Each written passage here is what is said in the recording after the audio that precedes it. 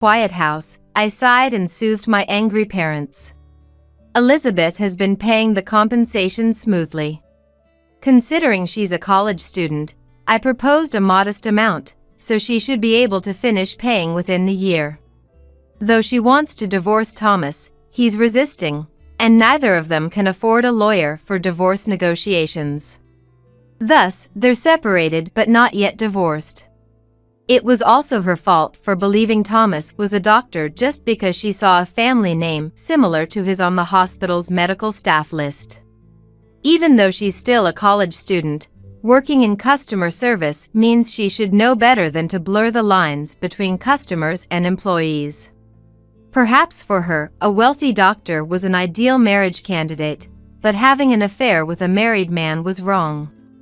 Even if Thomas agrees to a divorce in the future, she'll have a divorce record. This incident has likely taught her a lesson that destroying someone's family carelessly can lead to dire consequences for herself. As for Thomas, he disappeared from the hospital without me having to do anything. In fact, Thomas, who had left the hospital to follow Elizabeth after she was expelled that day, was in the middle of his shift. As a result, Ms. Brown, a veteran janitor and Thomas's supervisor, was furious. With her face red with anger, she wrote in large letters on Thomas's work schedule that he was absent without permission due to a romantic entanglement. Thanks to that, even the janitors who were off that day came to know about it. Among the staff, that uproar became a major incident, and the patients spread rumors among themselves. As a result, Thomas was the subject of both true and false accusations and ended up being ostracized by everyone, ignored even in greetings, which seemed to break his spirit. One day, he suddenly resigned on his own. Afterward, he apparently returned to his father-in-law house, where his father-in-law, who was already informed of the situation, scolded him severely. There was no apology from Thomas, but I decided not to worry about it anymore since the full amount of compensation I had demanded was deposited by my mother-in-law. In the hospital, I received approaches from male doctors and nurses who heard I was single again, but I declined all of them, thinking I'm okay without marriage for a while. I continue to work as an internist, busy but dedicating time to each of my patients. I don't like anything about you, Mother. We want to live alone as a family, so get out. These words hit me out of nowhere, spoken by my eldest son's wife. It felt just like when I had to leave my parents' home alone. Anger boiled up inside me at the thought of being kicked out of this house too. Fine, I'll leave then, I said, and I started packing my things. That was the last straw. I swear I'll never forgive my eldest son's wife. It was time to put my plan into action. My name is Sandra Clark, and I'm turning 61 this year. Technically, I'm retired, but I'm lucky enough to still be working, though I don't go to the office daily. I drop by occasionally and attend meetings. Nowadays, most of those meetings are remote, so I work from home most of the time. But my eldest son seems to think I'm not working anymore. I became a widow in my 40s, and now, I live with my eldest son and his wife. My parents' home is an old house on a big piece of land. It's a bit rundown, but I loved it, which made leaving hard. Financially, I've never had any problems. Most of the insurance money from my late husband is still untouched, and I don't have to worry about my future. Even though my life seems easy, I do have concerns. One of the biggest is my son's wife, Jessica. She's strong-willed, and we often clash. This didn't just start recently. It began when she first came to tell me they were getting married. I still remember what she wore when she first introduced herself, a tracksuit, like one you might wear in high school. She said she wanted to meet me without any pretense, but from a normal perspective, it was inappropriate. She's very argumentative and extremely good at it, which makes things difficult. I've often wondered why my son chose her as his wife. Later, I learned that Jessica was the one who approached my son. She might be outrageous, but she is beautiful. I think my sheltered son was charmed by her. Even after they got engaged, she stayed the same. If you're being kind, you could say she's down to earth. If you're being honest, she just doesn't seem to have common sense. I wanted to oppose their marriage, but I told myself it was my son's choice, so I held back. And now, this is where we are. My son didn't want to leave me alone in the family home, so after the wedding, He insisted we live together. At first, I thought Jessica wouldn't want to live with us, but it turned out she was actually in favor of it. Soon after we moved in together, I realized why. Jessica never helped with the housework. She left everything to me: cleaning, laundry, cooking, all of it. And the strange part? She was a full-time housewife. She had quit her job when she got married. Even though I don't go to the office every day, I work from home, so I have less free time than her. While I was busy working on my computer, Jessica would make snide comments, saying I was just playing around. At first, I tried to laugh it off to avoid arguments, but her constant remarks really started to annoy me. One day, I asked her, "Jessica, you seem to have some spare time. Could you help with the cleaning?" She gave me a disgusted look, sighed dramatically, and said, "I don't do housework for your sake. Mother, why don't you understand? It's sad you can't appreciate my thoughtfulness." She then went on to explain her bizarre theory that if she did the housework, I would lose my only job, and that would make me lazy and unhealthy. She even claimed that not doing the housework might help prevent dementia for me. In her mind, she was actually doing me a favor by letting me do all the chores. She added, "I agreed to live together so you wouldn't slack off." Mother, with a half smile on her face. I was speechless. I regretted the decision to live with them. If I had lived separately, I could have avoided seeing things like this. Now, doing the housework while Jessica watched every day felt like torture. I finally reached my breaking point and decided to talk to my eldest son. I wasn't planning to complain about Jessica, though. Instead, I told him I wanted to move to an apartment where I could live alone. The house we were in was old and had a lot of stairs and uneven floors, which had caused me back pain last year. It just wasn't practical for me anymore. I explained this to my son, and I moved into an apartment. Even though it felt like Jessica had driven me out, I didn't regret leaving. The new place was a rental, and I had picked a space big enough for my grandchildren to stay in the future. I even customized the interior to my taste. It was like having my own little castle. But my happiness didn't last long. Jessica started coming over every day and staying until late at night. "This new apartment is really nice. Isn't it too big for you, Mother?" Jessica said, lounging on my couch. "Come on, Mother, come back to the old house and do the house chores. It's for your health and longevity." I couldn't believe it. Jessica was seriously telling me to go back to the old house to do the chores. She's so self-centered. It makes my head spin. I've already moved out. Jessica, you need to step up as the wife now. I take care of all the chores here, and my health is fine. I get my annual checkups. Jessica just turned her head, ignoring what I said. This was typical of her. She always pretended not to hear anything she didn't want to deal with. Even after this, she kept coming to my apartment every day. The other day, she even said it was too much hassle to go back home, so she stayed the night. My old house and this apartment are only about a 15-minute walk apart. It was my son who suggested I live near my old home because he was worried about me. His concern made me a little sad to leave, but I agreed. One day, after I returned from a rare business outing, I got a shock. Jessica had let herself into my apartment. She must have used the spare key I had given to my son. Welcome back," she said, lying on the floor in front of the TV, not even bothering to get up. "Jessica, that spare key is for emergencies, not for you to use when I'm not here," I said, feeling uncomfortable. I had never spoken so firmly to her before. She seemed surprised, since she was used to me letting things go quickly. She gave me an annoyed look, but I didn't back down. "You're such a stingy mother-in-law. I can't stand you," she yelled. "I can't stand anything about you, even this apartment. We're family, so you should leave."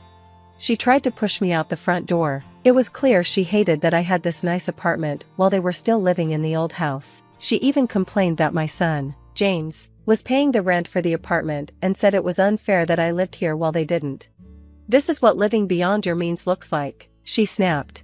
It turned out Jessica thought my son was paying the rent for my apartment. That explained why she kept showing up. She believed the apartment should belong to her family. "Fine, I'll leave," I said, staring her down. I agreed to move out within 3 days. Jessica didn't believe me and insisted I call a moving company in front of her. So, I pulled out my phone and scheduled movers for 2 days later. Satisfied, she left, and I started making my plan. As promised, I moved out. My new home was a senior-friendly apartment, and I decided to test it out for 2 weeks. I handed over the keys and lease documents to Jessica and asked the real estate agent to change the contract to her name. Since I knew the landlord well, they agreed. which was a relief.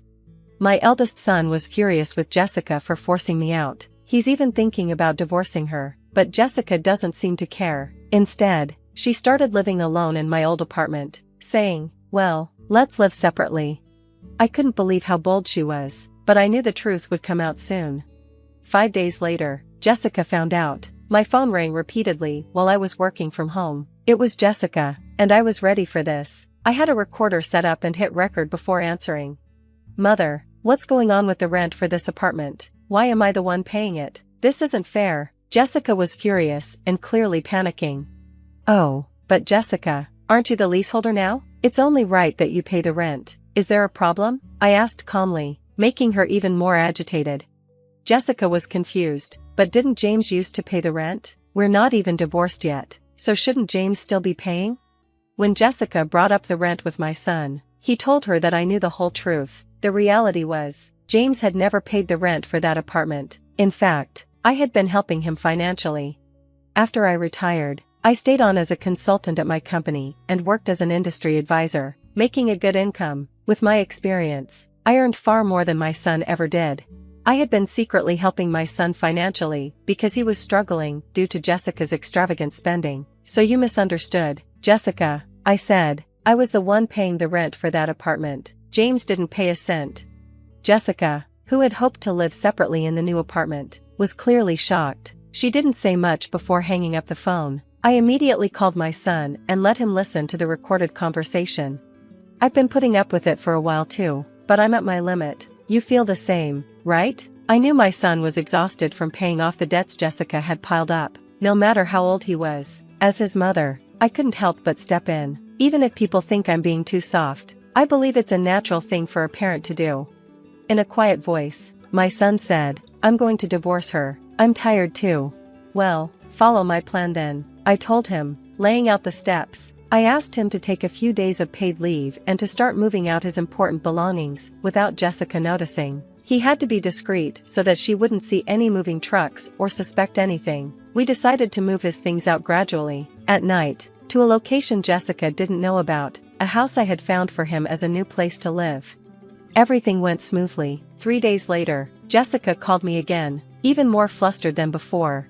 "What's got you so worked up now?" I asked, speaking to her calmly. Just like before, Jessica was panicking. "Mother, our house is up for sale, and my parents just called, saying my belongings arrived at their house. What does this mean?" Following my instructions, my son had moved out and sent Jessica's things to her parents' home. The house she was living in had been emptied and put up for sale. The landlord told me if I can't pay the rent, I need to leave. I tried to talk to James, but when I got home, the gate was padlocked, and there's even a for sale sign up. I can't get in. Jessica was nearly hysterical. She must have been shocked when she saw the house locked up.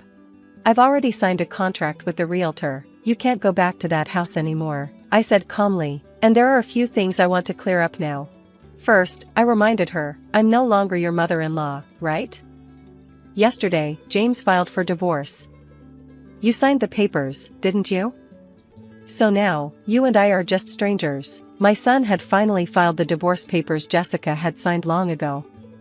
She used to threaten him with divorce to get her way, and he had always hoped she would change.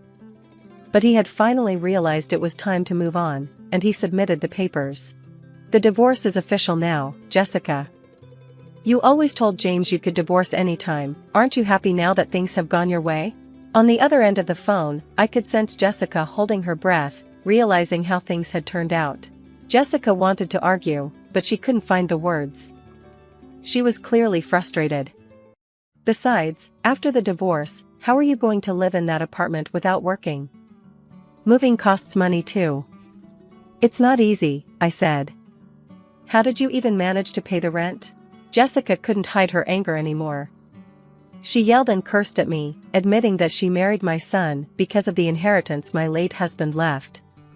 However, since I controlled the inheritance, she couldn't access any of it.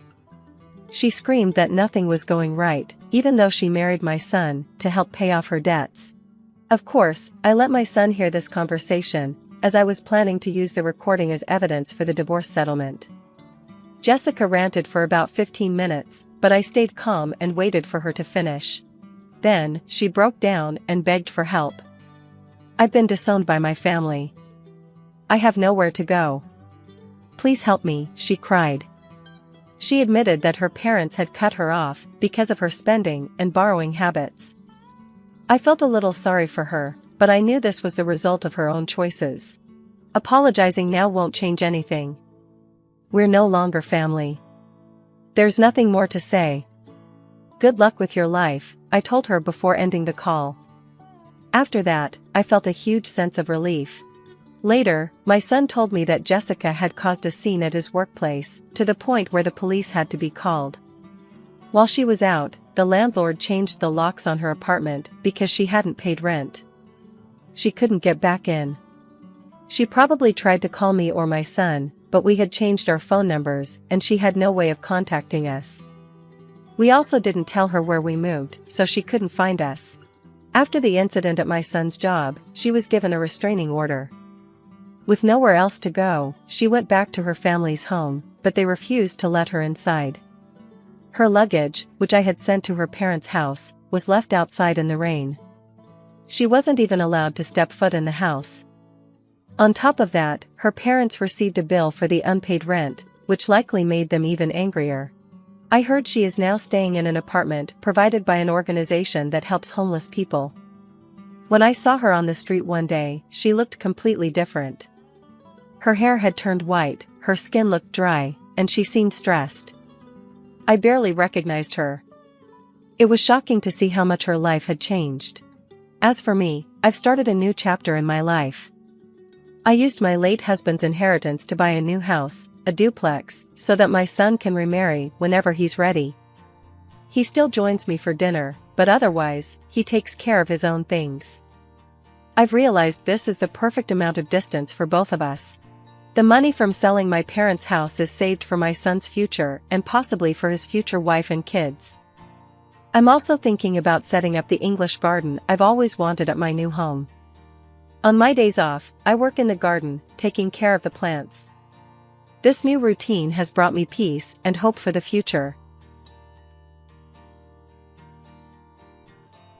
I always looked down on William, who pushed all the housework and childcare onto me. That William came back from his business trip. He left his cell phone on the sofa and went to take a shower.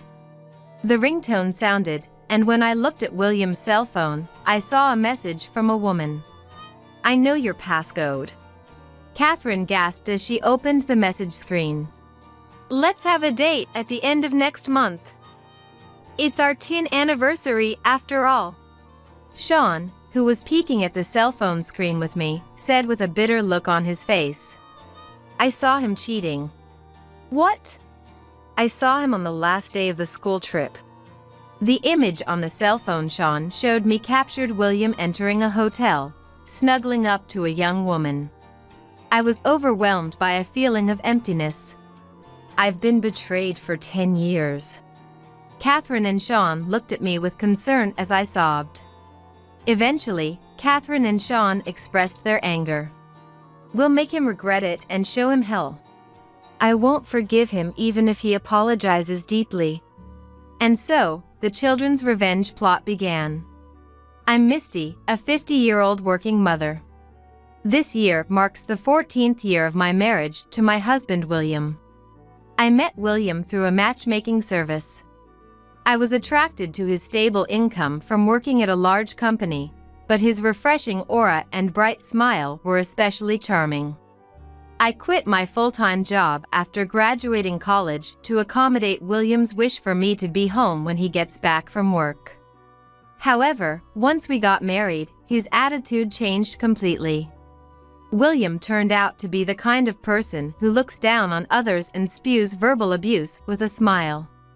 During our courtship, William narrowed his eyes at a baby in a stroller, saying how cute, and enthusiastically told me, "I want 2 kids.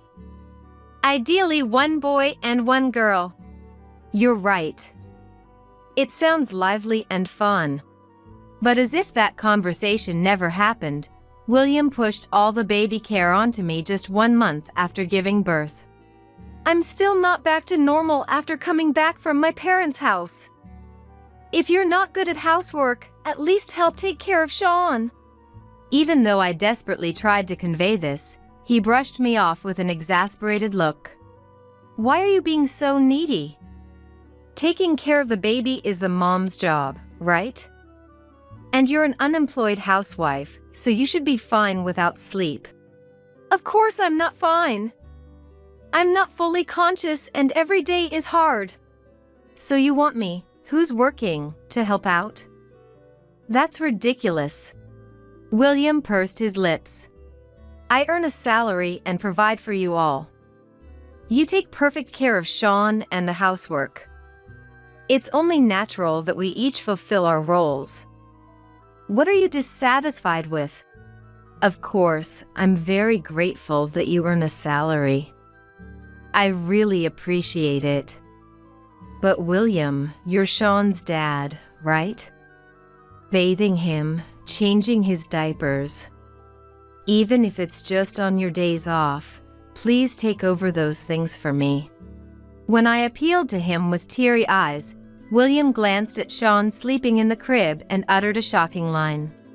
I just can't. What? You know, babies are smelly and dirty, right? I'm a neat freak, so I hate getting dirty. I'll hold him at least, though. He dealt another blow to my dumbfounded self. Also, Misty, you've been looking a bit grimy lately. Huh? He told me with an annoyed expression as I frowned. Your body shape has deteriorated since giving birth, and you've stopped dressing up. Your hair is a mess as you take care of Sean. You don't even look like a woman anymore. That can't be helped! I shouted without thinking. William, you have no idea how hard it is for me every day. Feeding milk every 2 hours day and night, rushing over whenever I hear crying. I put myself second. That's the life I lead. That's just an excuse, right? Actresses and such return to work right after having a baby. They stay beautiful, so recognize your lack of effort. I was at a loss for words when he teasingly said that. Some time passed again. When I expressed anxiety about Sean not eating solid food, William cut me off in one fell swoop. It's because your cooking is bad. What? I put up with it and eat it every day too. Babies are honest. He laughed loudly, and I felt like crying. While pushing all the housework and childcare onto me, William only hurled criticism, and I gradually became exhausted. William also criticized me at every turn, comparing me to other women. Carol next door is always beautiful. Hard to believe she has a high school-aged son. She sets her long hair nicely, it's great. I replied, feeling sick to my stomach at William's dreamy expression. I want to go to the hair salon for the first time in 6 months too. Can you watch Sean? Then William raised his voice. Huh? Why should I? Just for half a day is fine. Hey, you're supposed to make time for yourself. William spoke with a mocking air. Unlike you, I only have weekends off. Are you going to take that away too? Are you going to make me work at home too? I retorted, not backing down. William, you go out alone on your days off and fully enjoy your time off at home playing games.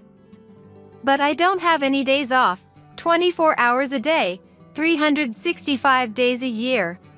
That's to be expected since you're the mom. You're the dad too, you know. And $30 a month for an allowance is way too little. I can't even properly buy cosmetics. William slammed his teacup on the dining table.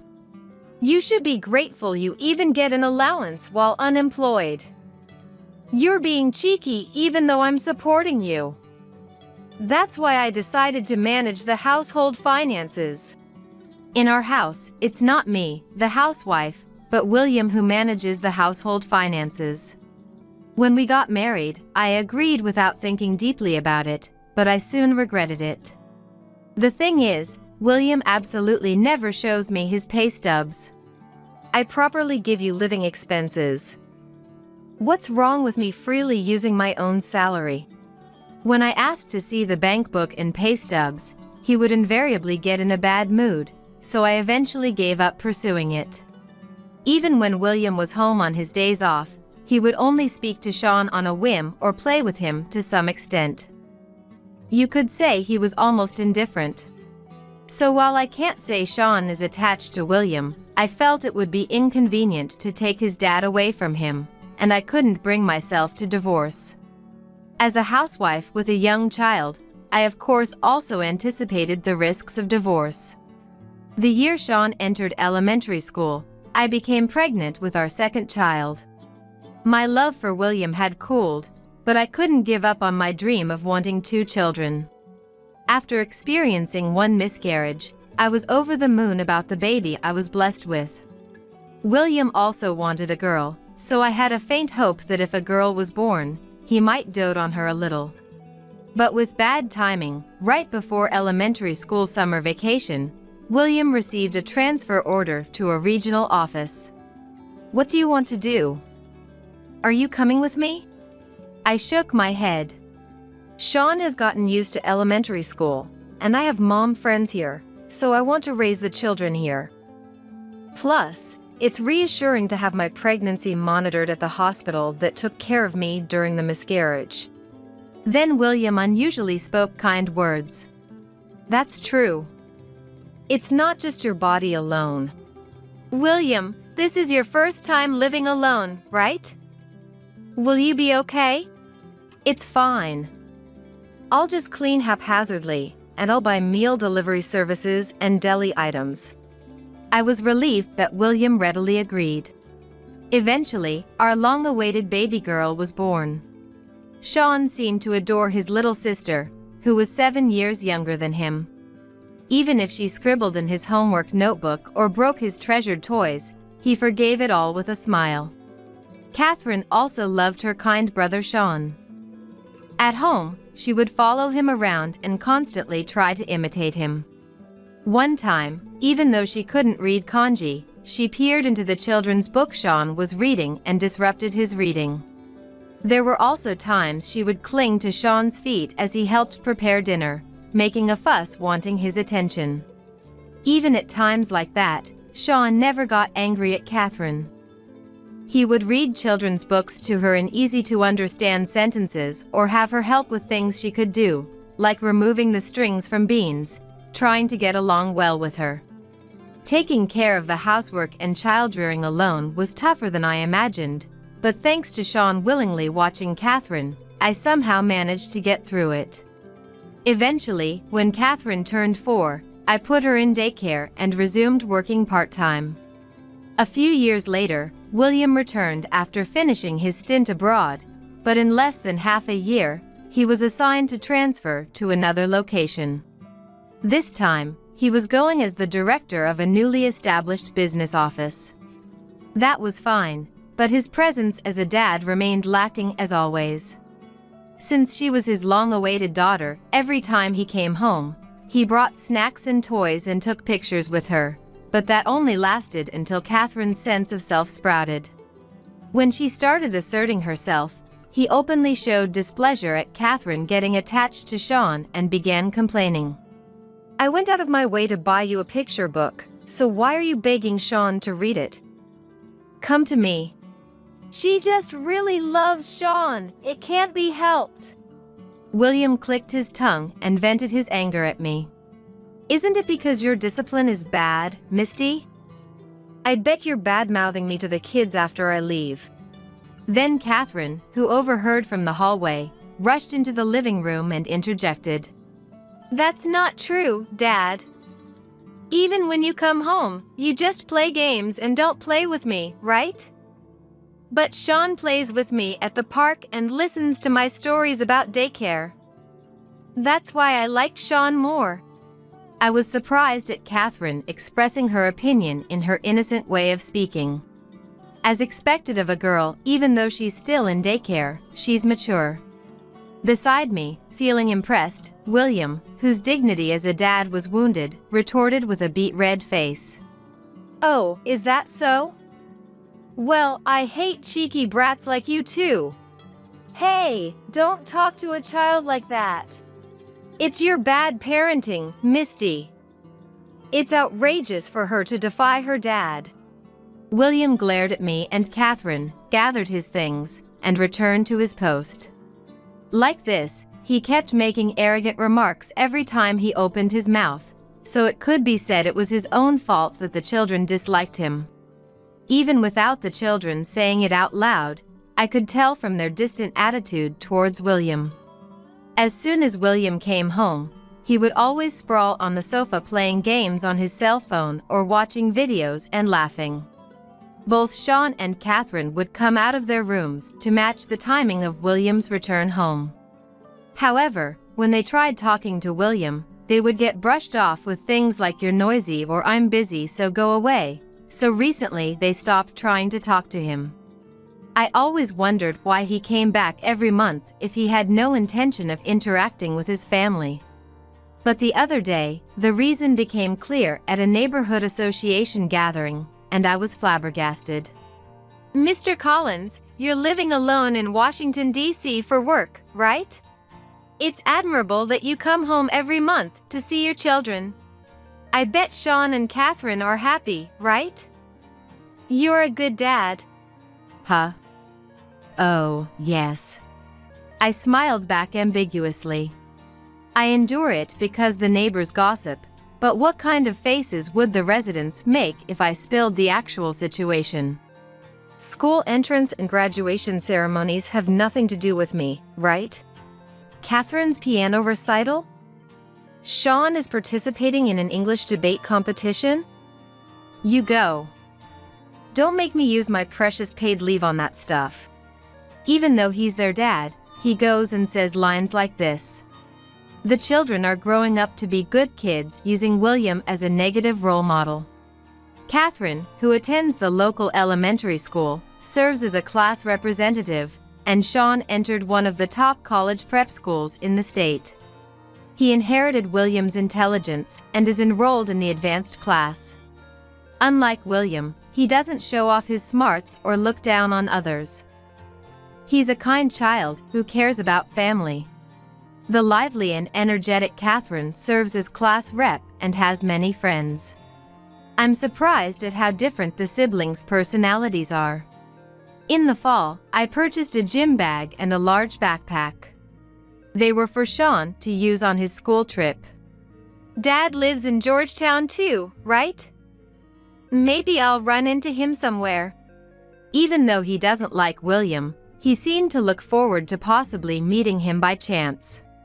Sean, who left in high spirits, looked strangely down when he returned home 4 days later. Even when Catherine asked about the trip, he only gave curt responses. But then, as I was washing dishes after dinner, he tried to talk to me several times, hemming and hawing, but in the end gave up on saying anything. "Sean, what's wrong?" "No, it's nothing. I'm tired, so I'm going to bed." "Okay. Good night." "Good night." With slumped shoulders, he weakly climbed the stairs and quietly closed his bedroom door. After that, Sean was depressed for a while.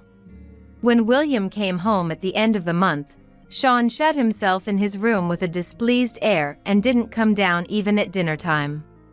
It was rare for the good-natured Sean to act like that. During the meal, I suddenly had an idea and brought it up to William.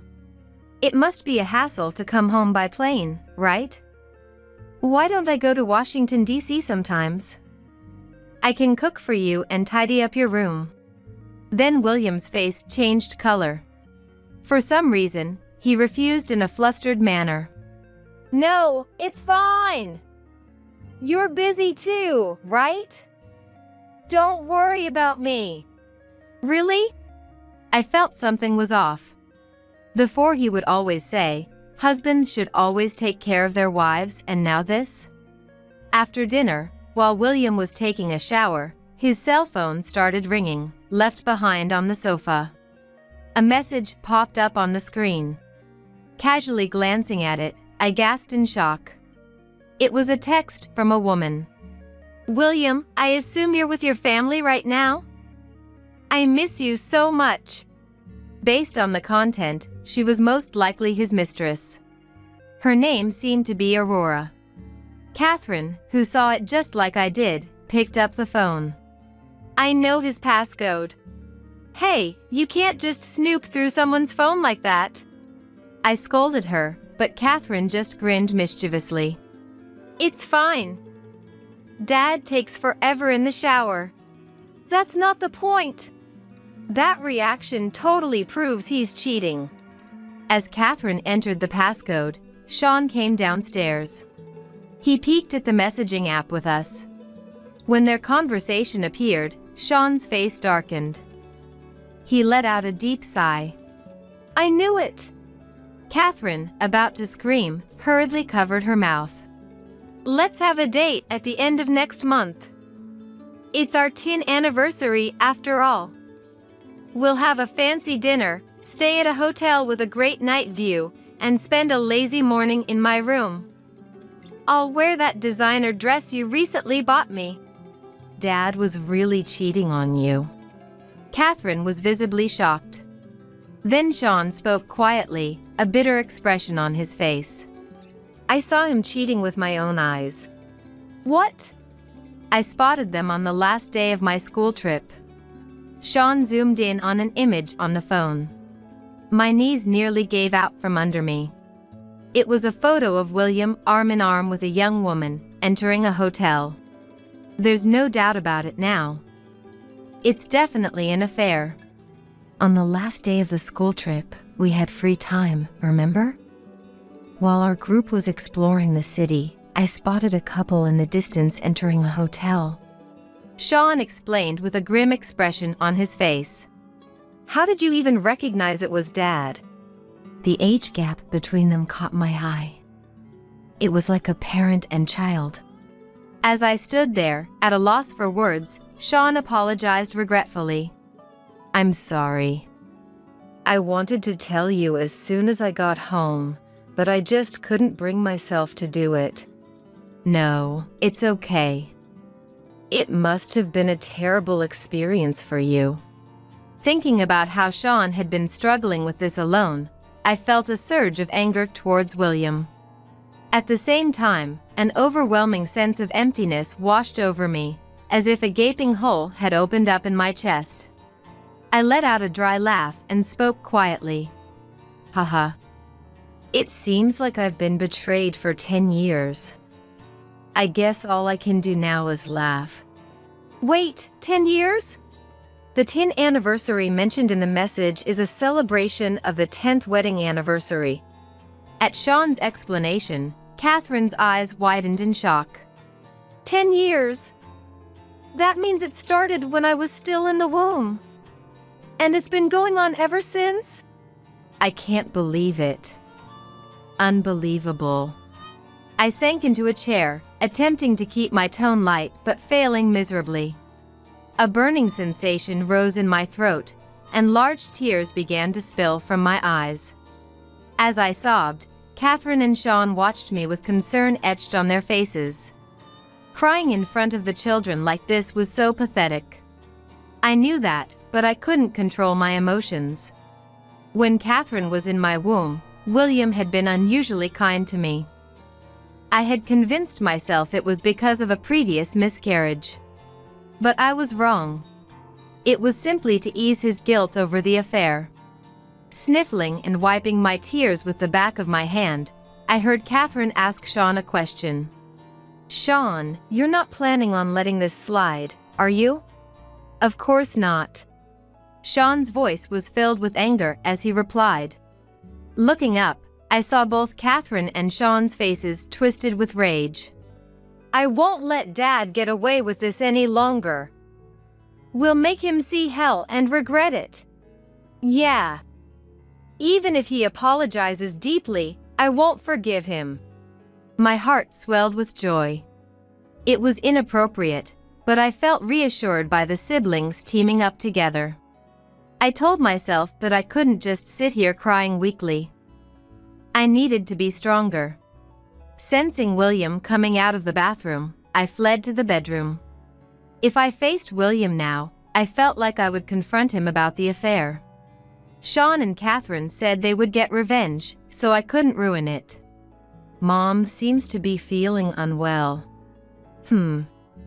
Did she eat something weird? I could hear their exchange from downstairs. After that, William showed no concern for me and returned to Washington, D.C. again. And the next day. The night before the day Aurora referred to as the 10th anniversary in her message, the children and I flew into Washington, D.C. Early the next morning, we checked out of the hotel and waited for William and Aurora in front of Aurora's apartment building. About an hour later, William and Aurora appeared from across the street. Seeing William slovenly grin as he held hands with Aurora filled me with intense disgust. Aurora, dressed in a high-end designer dress, was a beautiful woman. It was surprising that she was being a mistress to a middle-aged man. She was still young and could have her pick of men, which made me question it. The couple, with an age gap like parent and child, stood out in a bad way. It was understandable that Sean had noticed them immediately. William, who had arrived in front of the apartment with a beaming smile, froze when he saw us blocking the entrance. The color visibly drained from his face. "Oh, no, this is..." He let go of Aurora's hand and started to stammer an excuse, but couldn't form the words properly. "William, who are they? Acquaintances?" After asking in a nasal voice, Aurora seemed to realize it too. "Don't tell me, your wife and kids? Ugh, I can't believe they came all the way to Washington, D.C. William, giving up on excuses, asked in a hoarse voice. "How did you know about this place?" "I saw you and Dad going into a hotel during the school trip. I waited for you to come out and followed you, which led me to this apartment building," Sean explained with a grim expression. "So we know everything. It's pointless to make excuses now, Dad. Anyway, let's not chat out here. Let's go to Aurora's room." As soon as I urged them, William and Aurora flared up in anger.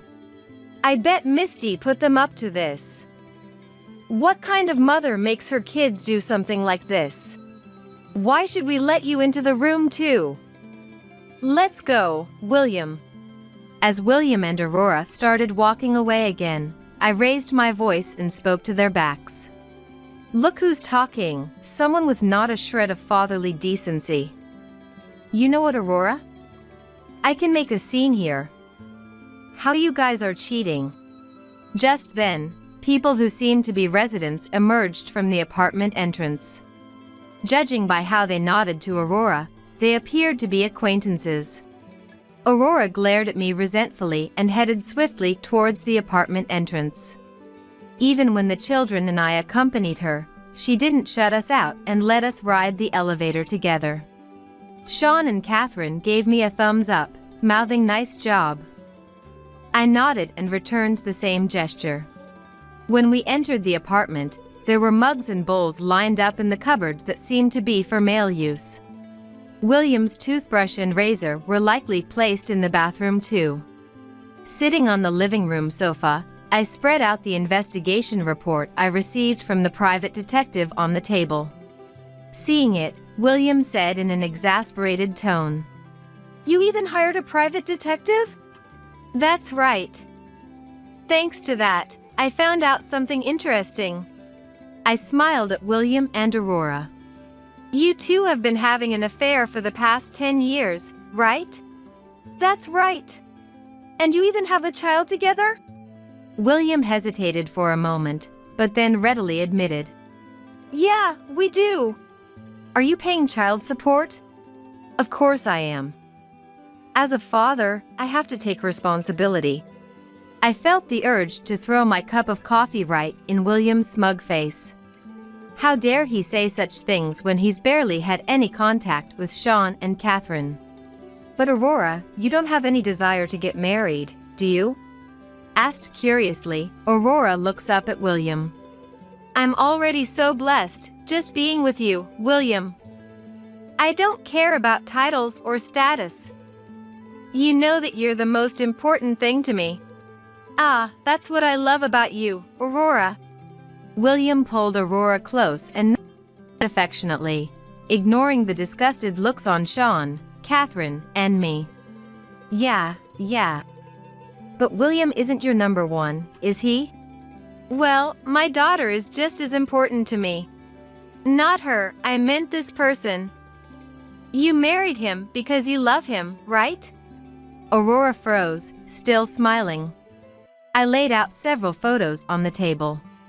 In front of a stately house, Aurora handed a black attaché case to a bespectacled man in a suit. There was also a photo of the man kneeling down, gently speaking to a young girl. The composition made it clear these were all secretly taken photos. Huh? Who's this guy? William tilted his head quizzically as I explained. Aurora's husband. What? Huh? Oh, you didn't know? Aurora got married 5 years ago. William stared at Aurora, dumbfounded. Wait a minute. You're joking, right, Aurora? Aurora averted her eyes in discomfort as William was at a loss for words. I skimmed through the investigation files on Aurora and concisely relayed the key points. I see. Her husband works for a famous international company. He was stationed in the UK before, and now he's at the German headquarters. Impressive. Whoa, an elite! So cool! Catherine chimed in. She stayed in the US to enroll her daughter in a private preschool. That's the official reason, but the real reason was to keep seeing you, William. Lucky you, Aurora clearly cherishes you. William glared at me resentfully, his mouth opening and closing but unable to form words. He seemed incredibly shocked to learn Aurora already had a husband. You opened a nail salon in your house? Isn't that just a rich housewife's hobby? That's not true. Aurora got defensive. I mean, anyone can easily open a home salon if they have the startup funds. Being a nail technician doesn't require a national license, after all. Catherine and Sean followed the script we'd planned, trying to back Aurora into a corner and make her slip up. Oh right, I heard at first some neighborhood housewives and mom friends would come, but your skills were subpar, so you got a bad reputation. Now it's practically closed down. Poor thing. How rude! My sales aren't great, but I do still get customers sometimes. Aurora didn't notice William's expression becoming more and more grim beside her. Aurora, is it true that you're married? Aurora flinched slightly at William's harsh tone as she turned to face him, but quickly switched to a wheedling voice. I'm so sorry, William. I'm sorry for keeping it from you until now. But my feelings for you are genuine, I swear. But Aurora... Ooh, look! Little Aurora is so cute. Shut up! Be quiet for a bit. Sean, Catherine, and I peered at the photo of Aurora's daughter, gushing exaggeratedly. Look, she's the spitting image of Aurora's hubby, isn't she? You're right. Little Aurora takes after her daddy. William's eyes went wide. He snatched the photo we'd been looking at and stared intensely, his body starting to tremble. It was no wonder. In the photo of Aurora's husband and daughter together, looking so close, the two looked like twins. My husband and William look really similar. That's why my daughter looks just like my husband too. Aurora started spouting nonsensical excuses as the kids and I burst out laughing. Aurora's husband was fair-skinned and slender with a kind face. In contrast, William had strong, chiseled features with tanned, muscular skin. It would be harder to find any similarities between the two. Just admit it already. She's your husband's child, not William's. I held back laughter as I said it. Beside Aurora, William muttered in a dark voice, head still hanging low. So I've been paying $800 a month in child support for someone else's kid? $800 is double the normal amount. That's so like William, always having to show off. He probably smugly agreed to that absurdly high amount.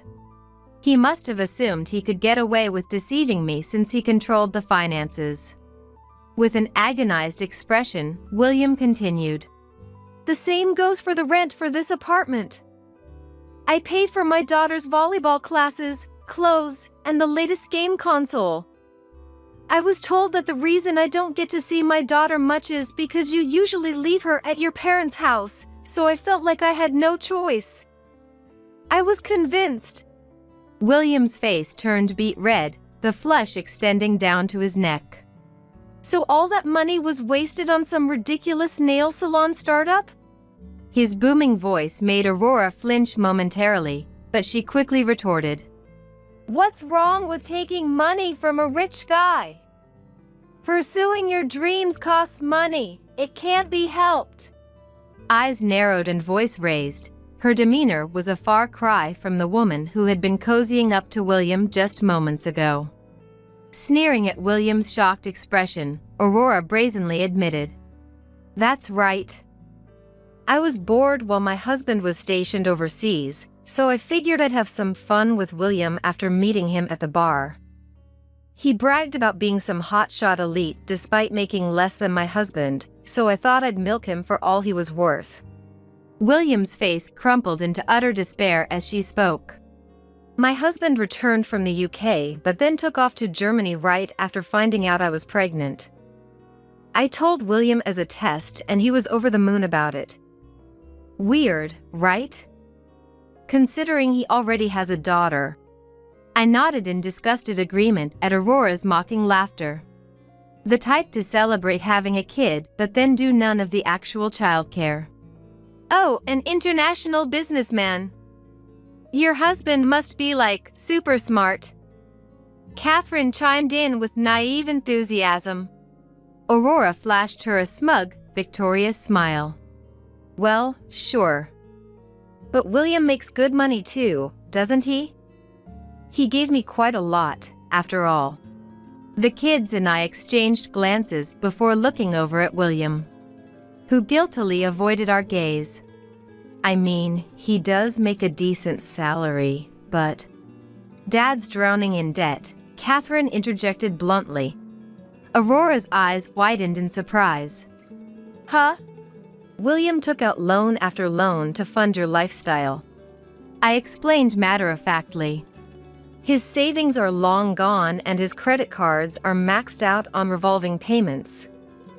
Most of his paycheck these days goes to paying down his debts. Aurora tilted her head quizzically. So then how are you getting by now? On my salary. Now it was William's turn to look shocked. What? But you only work part-time for peanuts, right? Did you forget? I told you I was going full-time once Catherine started elementary school. I'm a branch manager now. I earn about the same salary as you, a section manager. What? Isn't William a director? Misty asked, surprised. You think this man is capable of being a director at the head office? I retorted. The children nodded in agreement, leaving William looking resentful but unable to argue against the truth. Aurora pressed her temples, her confusion apparent. Well then, the story about owning land is also doubtful. Is your only asset the house? That house is in my name. It's an asset I inherited from my parents. William doesn't even pay the property taxes. As the facts were exposed one after another, Aurora seemed completely disillusioned. So he doesn't have much money after all. Then I don't want him. She stared coldly at William, her words sharp. I'm returning him to you, Misty. I don't want him either. And even if you return him now, it doesn't erase the crime of breaking up someone's family. Yeah. I just have to pay compensation for the divorce lawsuit, right? Aurora said, looking bored as she ran her fingers through her long hair. There was no sign of remorse at all.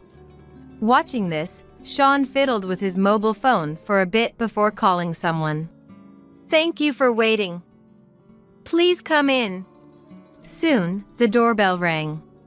Aurora, who had gone to answer it, let out a scream-like voice. Hey, Kevin? Why are you in America? I heard everything from Sean. Can you let me in?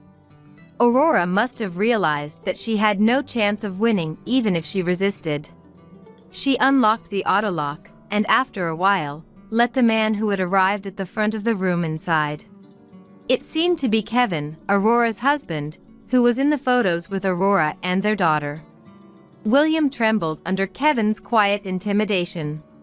Kevin gave Aurora and William a cold look and spoke in a calm voice. I heard your conversation through Sean's mobile phone. Do either of you have an explanation?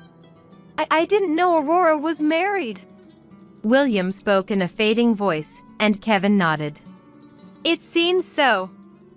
Therefore, we won't demand compensation from William for the divorce lawsuit. William breathed a sigh of relief. Aurora remained silent beside him, looking dissatisfied. I had suspected an affair for a while. The other day, before returning home, I tracked down this apartment and was wandering around the entrance when I met Sean in his school uniform. Kevin thought I got lost during the school trip and started talking to me. When I told him that Dad's mistress lived here and talked in detail, we were surprised to find out we had the same goal. Kevin took over the rest of the story. Sean asked me to wait before barging in because he wanted revenge on his dad. He wanted me to tell him about Aurora, so he and I split the cost and hired a private investigator to conduct a background check on her. Yes, with Kevin as an ally, Sean was able to afford to hire a private investigator. The background check was expensive, and his allowance alone wasn't enough to cover the cost. I also wanted to know what had happened while I was away from the States. So I pretended to return to Germany but stayed here and kept in touch with Sean. Of course, Catherine and I had also heard the story from Sean. We planned to appear at the end to deal the final blow to Aurora. As expected, Aurora turned pale and held her head in her hands. Aurora, let's get a divorce. I'll take custody of our daughter. If you love money that much, you can remarry some company president. I'm already 30 years old. Remarriage will be difficult. And how am I supposed to live without your salary? She clung to Kevin, looking as if she might cry at any moment. Kevin gently removed Aurora's hands and spat out his words. You'll have to work hard. A life of fawning over men and squeezing money out of them won't last anyway. He turned to face me, Sean, and Catherine, and bowed deeply. I apologize for the trouble Aurora has caused you. Oh, no, not at all. I said hurriedly, bowing my head and urging the children. You three probably have a lot to discuss, so we'll be leaving. Yeah, let's go. Sean agreed. As we got ready to leave, William, who had followed us to the entrance, offered a deep apology. Misty, I was wrong. I'm sorry. Please forgive me and don't divorce me. Why don't you want a divorce? Catherine asked, looking puzzled. He probably wants me to take over paying his debts instead of him. William's cheeks stiffened instantly. It seemed I had hit the nail on the head. Are you stupid? What do you think Mom is? Catherine scolded William harshly. I don't need a dad like this. I'm cutting ties with you. I agree. It's too late for a deep apology now. I won't forgive you. Sean spat out angrily. I'll send the divorce papers to your company housing tomorrow. Make sure to submit them to the city office. No way. Hey, wait. William pleaded, his face streaked with tears as we shut the door on him. According to what I heard from Sean, Kevin did as he declared and slapped Aurora with the divorce papers. Of course, he also demanded compensation for the divorce lawsuit and won custody of their young daughter. Kicked out of their grand mansion, Aurora tearfully turned to her parents for help, but they were furious. For the time being, she borrowed money from her parents to pay the compensation to Kevin and me in a lump sum. Now, to pay her parents back, she's working part-time jobs day and night without rest. As for William, even after I sent the divorce papers to his company housing in Washington, D.C., he kept refusing to submit them to the city office. Apparently, he was seriously expecting me to take over paying his debts for him. When I messaged him to submit the papers quickly, I got a flurry of replies. Please reconsider the divorce. You need me, don't you? You'll regret leaving me. He was so persistent that I had my lawyer tell him, if you keep delaying, we'll take this to court. Finally, he seemed to give up. William submitted the divorce papers and transferred the compensation to my account. While he kept the reason for the divorce confidential at work, he let it slip to a close colleague, and it quickly spread throughout the company. Feeling uncomfortable, he quit his job and is now making a living with part-time work. Cut off by me and the children, he's working hard every day just to pay off his massive debts. Colleagues say he's complained that there's no joy in living anymore. Now that I'm free of William, I feel much lighter. Sean, Catherine and I are having busy but fulfilling days. Through this incident, I learned that the easygoing Sean has surprising initiative. And the eloquent Catherine showed me what a kind, mom-loving child she is. From now on, I want to protect my precious children and live happily together with them. My name is Mary. In my late 30s, I used to work in public relations, while my husband, Matthew, also in his late 30s, was a salesman at the same company. We got married 10 years ago and bought a house in the suburbs. A few years later, our son Donald was born. Standing before our tiny, newborn child, Matthew said, "I'll work hard to earn money, so Mary, please stay at home and take care of Donald's." I loved my job, but all I could say was, "Okay." That's because I felt the same about prioritizing parenting. Donald grew up healthy and energetic, and now he's a soccer kid. Being part of a sports team requires various forms of parental support, which can be quite time-consuming. But the joy of cheering them on surpasses all that. Through soccer, I've made a lot of friends among the parents, and I love the sense of supporting our kids together. In the process, my skills in photography and writing, honed while creating company newsletters, were recognized, and I became the team's PR person, all on a volunteer basis, leading a fulfilling life. However, about 6 months ago, my husband suddenly exploded. "Why are you wasting your time on things that don't make money? Stop resting and go earn some money. Didn't you want me to stay by Donald's side because you would earn the money?" I asked in surprise. "When did I say that?" He retorted, even angrier. Indeed, as Donald started elementary school and seemed to need less hands-on care, I noticed other mothers beginning to take part-time jobs. "Okay, I'll look for a part-time job," I said. "What? A part-time job? Don't be lazy. Go earn a proper income," he replied, oddly irritable. So, I reluctantly started job hunting again and decided to work full-time. I looked for a place with flexible hours to minimize the impact on Donald's life and ended up joining my current company. Since I started working, life has changed dramatically. Juggling work, housework, and parenting is quite tough, and I'm barely managing by making full use of various systems. Soccer practice is 3 times a week, on Wednesdays and weekends, but I can't participate in the Wednesday practice due to regular meetings. However, the other mothers kindly offered to take my place and even to take Donald to practice, which has been a great help. As for Matthew, his attitude towards housework and parenting remained uncooperative, just like before I started working. In fact, since I began working, he started coming home later. This was due to overtime or entertaining clients, but clearly, there were also nights he stayed out until the date changed.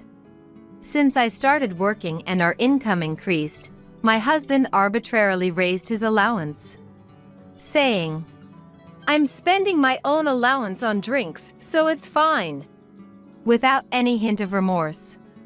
But in a way, that was a blessing because I didn't have to prepare dinner for him after practice, and Donald and I could dine out without any worries, not having to prepare snacks for alcohol. Rather than having an unhelpful husband come home early, it was more convenient for him to return after Donald had gone to bed. So, I never once blamed him for coming home late. Upon reflection, such a situation was far from ideal, and our marital relationship rapidly cooled. My husband used to accompany us to the weekend games to cheer, but gradually, he began to leave his seat mid-game for cigarettes or the restroom. "Donald scored a goal just now. Can't you pay a bit more attention to the game?" I chided him upon his return, to which he shrugged. "Even though it's my kids' game, they're all so bad, it's hardly interesting." In contrast to the other fathers sitting next to my husband, who were enthusiastically cheering on their children, he was focused only on the screen of his mobile phone, not the game. I was on the verge of telling him he didn't need to come anymore, but when the game ended, and an elated Donald reported, "Dad, did you see? I scored today." I swallowed those words. Faced with Donald's happiness, my husband responded with a smile. "Yeah, I saw it. You've gotten really good." So, I couldn't tell him not to come anymore. Amidst these frustrations, an incident happened one day. As usual, there was a friendly match that weekend, and we were at the ground in the neighboring town. While finishing up in the restroom and washing my hands, a woman with long hair, exuding perfume, passed behind me.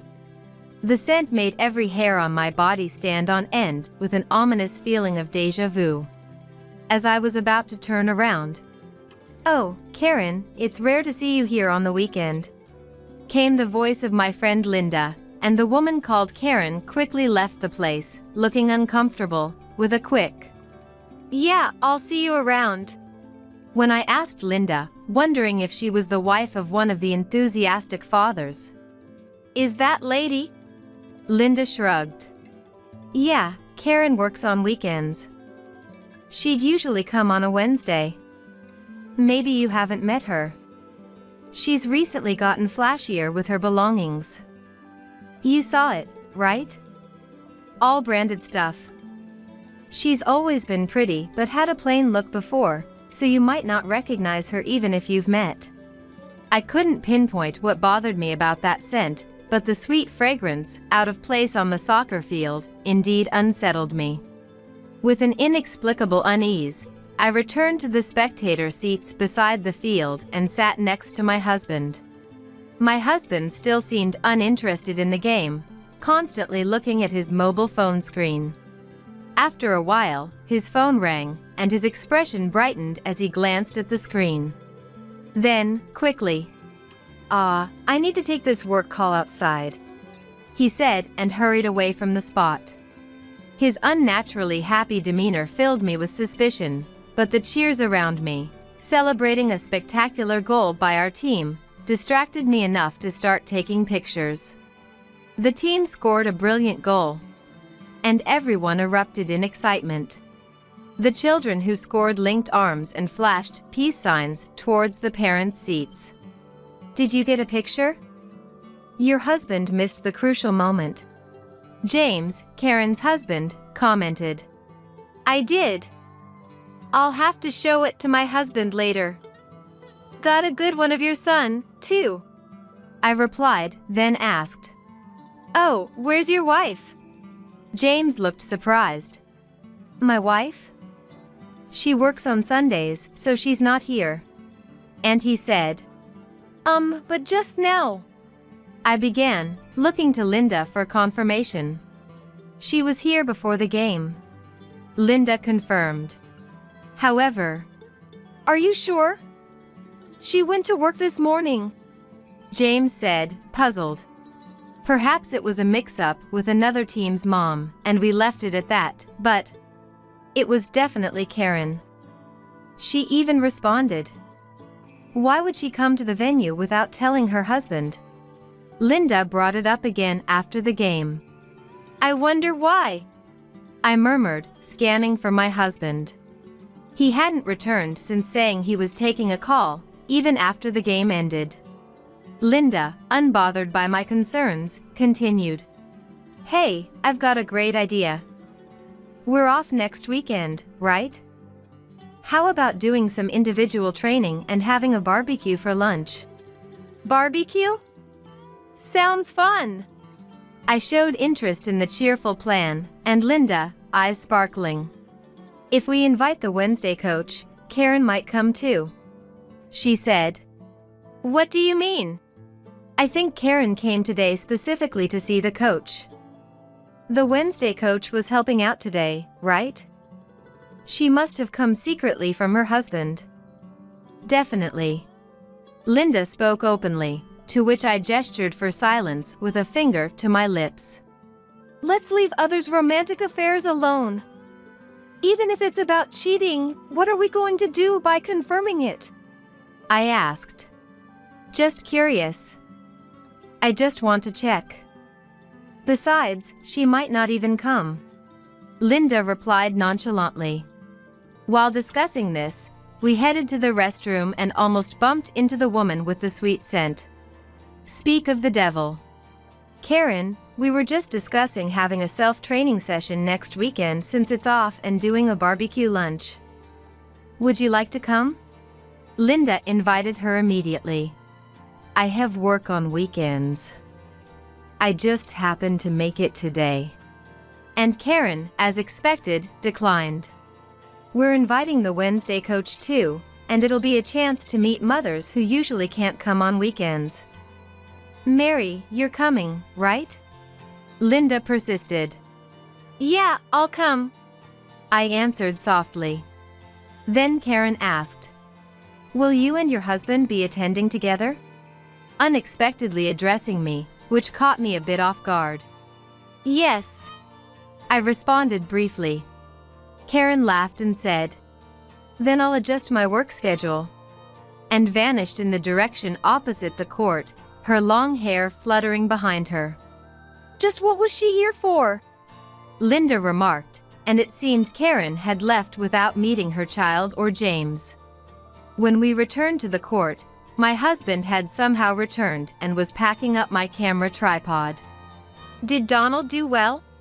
He asked cheerfully, but as he bent down to fold the tripod, that sweet scent hit me, and my eyes widened. Yes, this was the scent. There were days when my husband returned home late carrying a faint trace of this perfume.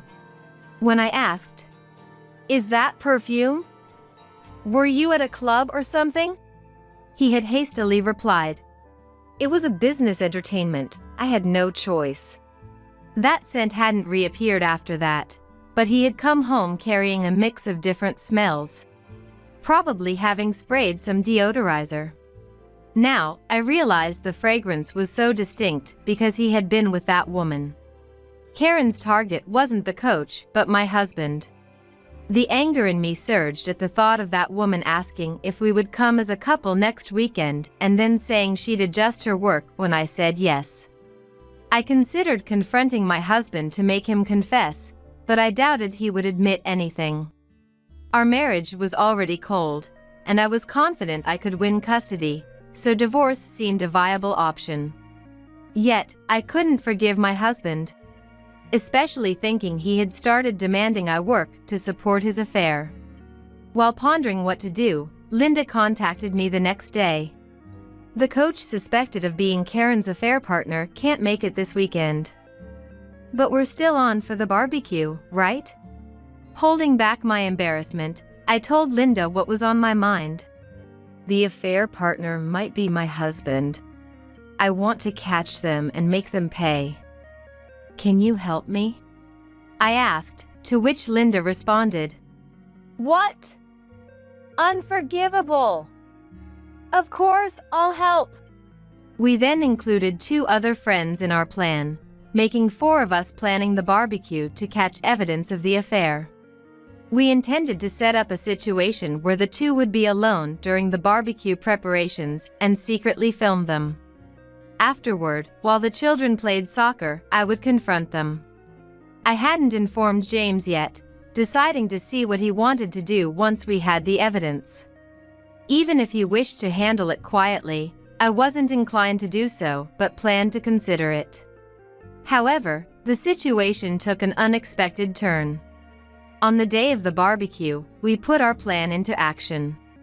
One friend loudly mentioned that we were running out of drinks, and another suggested going shopping together. "Matthew, can you go? There's a grocery store nearby." "Mary's busy." "Oh, Karen, can you join him?" My husband and Karen exchanged glances. "We'll go." "Yes, we'll go." They readily accepted. After watching them rush off, I grabbed my camera to follow them, wondering if they'd hold hands, but I lost sight of them as soon as they left the park. I went to the grocery store but didn't see them, checking a convenience store on the other side just in case. They weren't there either. Operation failed. I lost them. I messaged Linda. "What are you doing?" "Never mind, we'll think of something else. Come back." Her exasperated voice came through. Returning to the park and heading towards the barbecue area, I saw James with a pale face in front of the restroom. "Are you okay?" I asked, thinking he might be unwell. "You shouldn't come here." He hastily tried to send me away. Behind James was the restroom, and through the ventilation window, I heard the mixed breaths of a man and woman. "Is it okay with your wife here?" "It's fine. She's clueless." Isn't your husband here?" "My husband won't notice. He's only interested in soccer and our son." "I'm crazy about you." "More than your wife?" "Of course. I'm only with Mary for the money. You're the one I love." The conversation was unmistakably between my husband and Karen, followed by a woman's animalistic shriek, which told me everything. I rallied Linda and the others, and before they could arrive, I stormed the restroom. The window was to a men's stall, so I aimed for it, wielding the handle of a mop at the lock. James followed me, barging into the door, and the old door quickly gave way. Inside, my husband sat on the toilet, his pants and underwear down, with Karen in the same state atop him. The faces of the 2, upon seeing us, showed they hadn't grasped what was happening. Encountering such a scene of infidelity was beyond my expectations, and in the shock, my rationality slipped.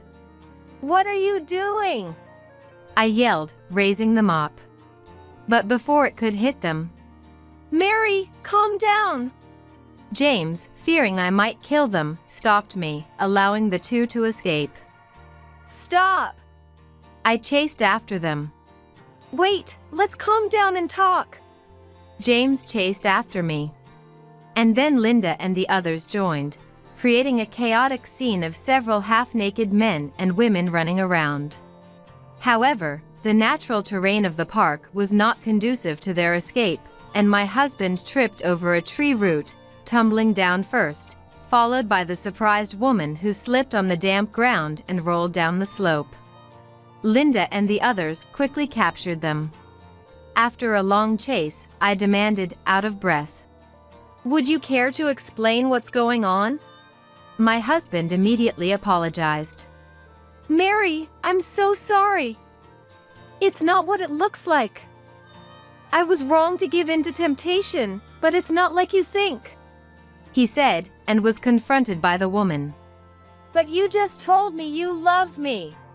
With you two in that state, saying it's not what I think is a joke. I heard your conversation in the bathroom, I muttered in a surprisingly calm voice, making my husband gasp. James tersely announced, "We're getting a divorce. Get out of the house," making the woman gasp this time. The confrontation escalated beyond any planned recording, laying bare their affair. "We're also getting a divorce, and I'll contact you later about the compensation," I said, to which my husband broke down in tears, still half naked. Leaving the scene with Linda, James, and others, I made a phone call before returning to the children. Thankfully, the barbecue area and the playground were far from the restroom, and it seemed neither the kids playing on the ground nor the adults preparing the barbecue noticed the commotion. As we continued the barbecue preparations as if nothing had happened, the sound of police vehicles approached from afar. I later learned that a man and a woman had been arrested for causing a disturbance in the park while exposed. Facing public indecency charges, I couldn't help but smile secretly. The phone call I made before returning to the barbecue was, of course, a report, but screams from a passing family must have meant others had reported it too. Linda, who had suggested the barbecue, seemed more upset than I was. "Mary, I'm sorry. I never thought suggesting a barbecue would lead to this." She blamed herself, but I reassured her. "It's not the barbecue's fault, and besides, I asked you to carry out the plan," apologizing for dragging her into this. Eventually, through a lawyer friend of Linda's, I demanded alimony and compensation from my husband and got a divorce.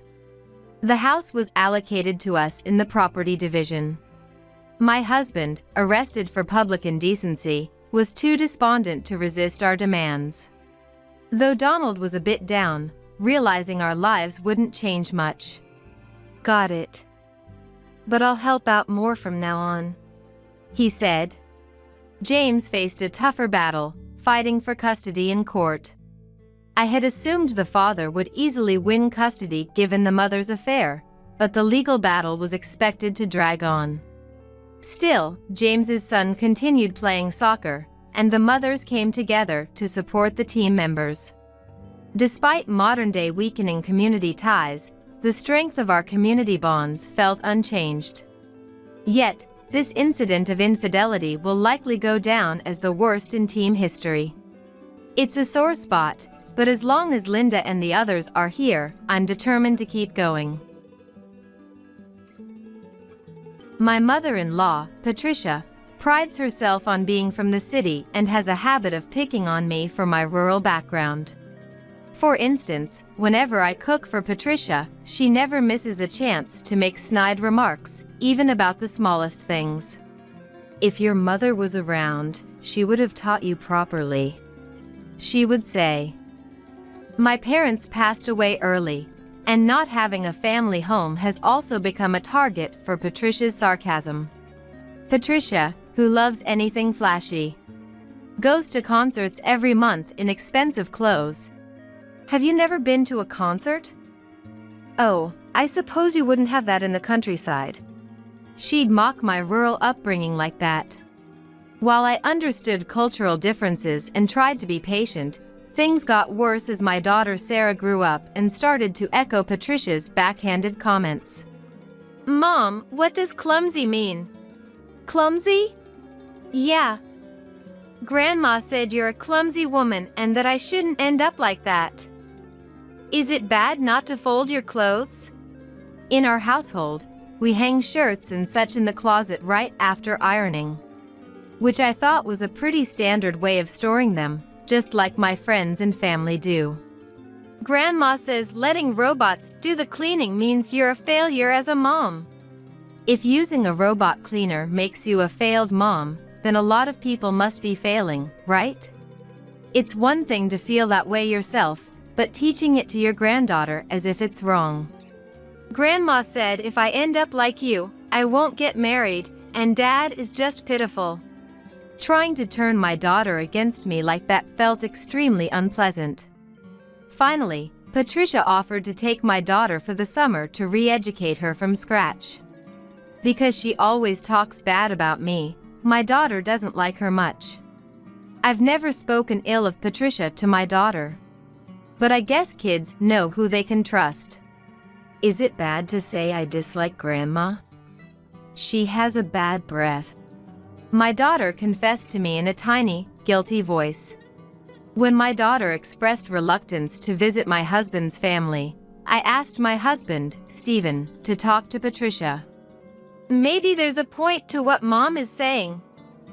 It might be good for her to stay with Grandma for a while, he suggested. I didn't tell him that she didn't want to go because she dislikes Patricia.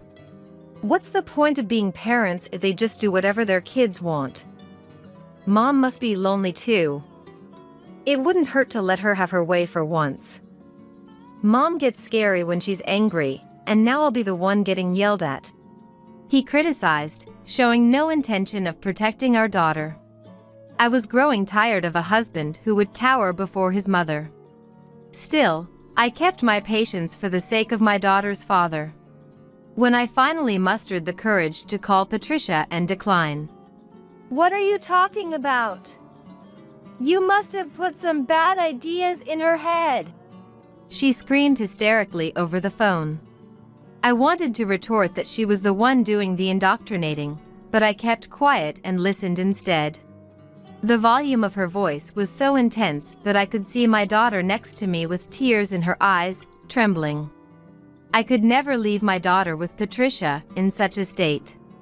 I was the only one who could protect her. With that resolution, I calmly told Patricia, I understand. I cannot leave my daughter with someone like you, who try to control her children and grandchildren by raising voice. If you insist on this, please feel free to cut ties with us. I will never allow Sarah to go there. Although I was honestly scared, it was my best attempt to protect my daughter. What did you say? How dare you say such a thing?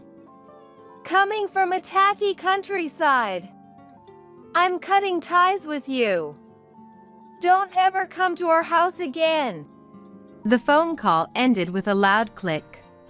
Staring at the receiver, I muttered to myself, I said it.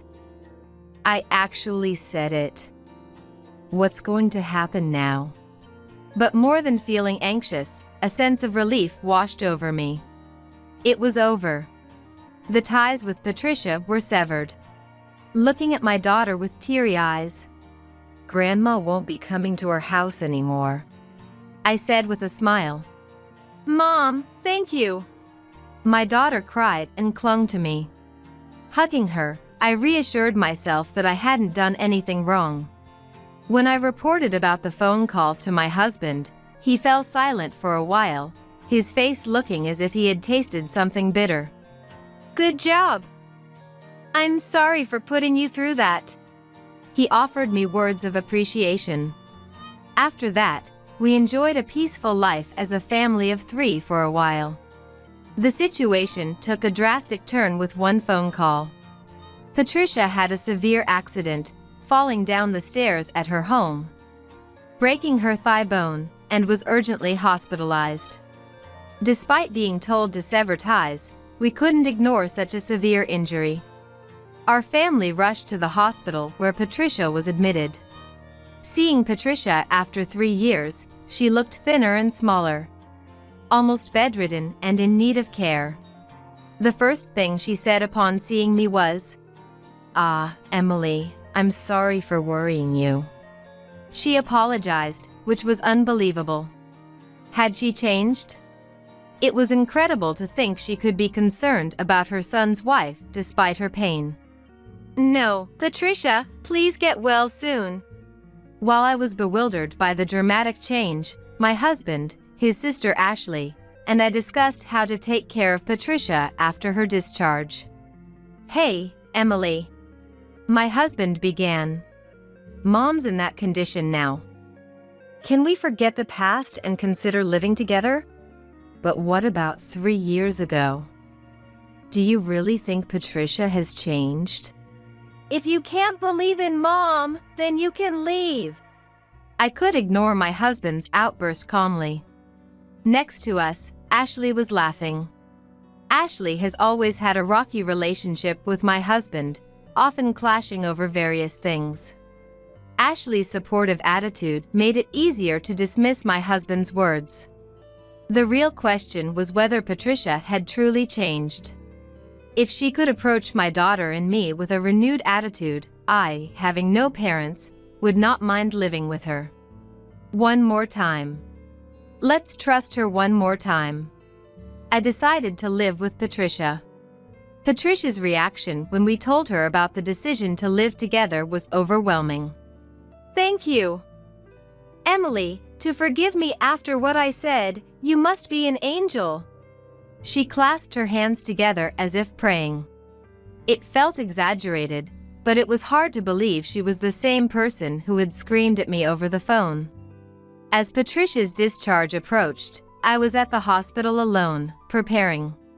One day, as I was about to enter her room, I heard Patricia and Ashley's voices echoing down the hall. "See, Mom? Didn't I tell you it was good to do as I say?" Truly. If you hadn't lent her wisdom, we would have had to give up on Sarah. Now, it's all about Emily. What complaints did she have this time? We really fooled her, didn't we?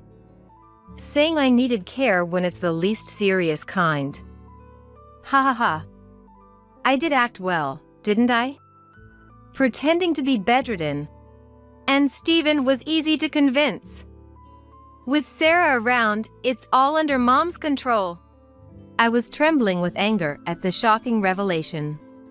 The apology, the kindness, it was all a lie to deceive me.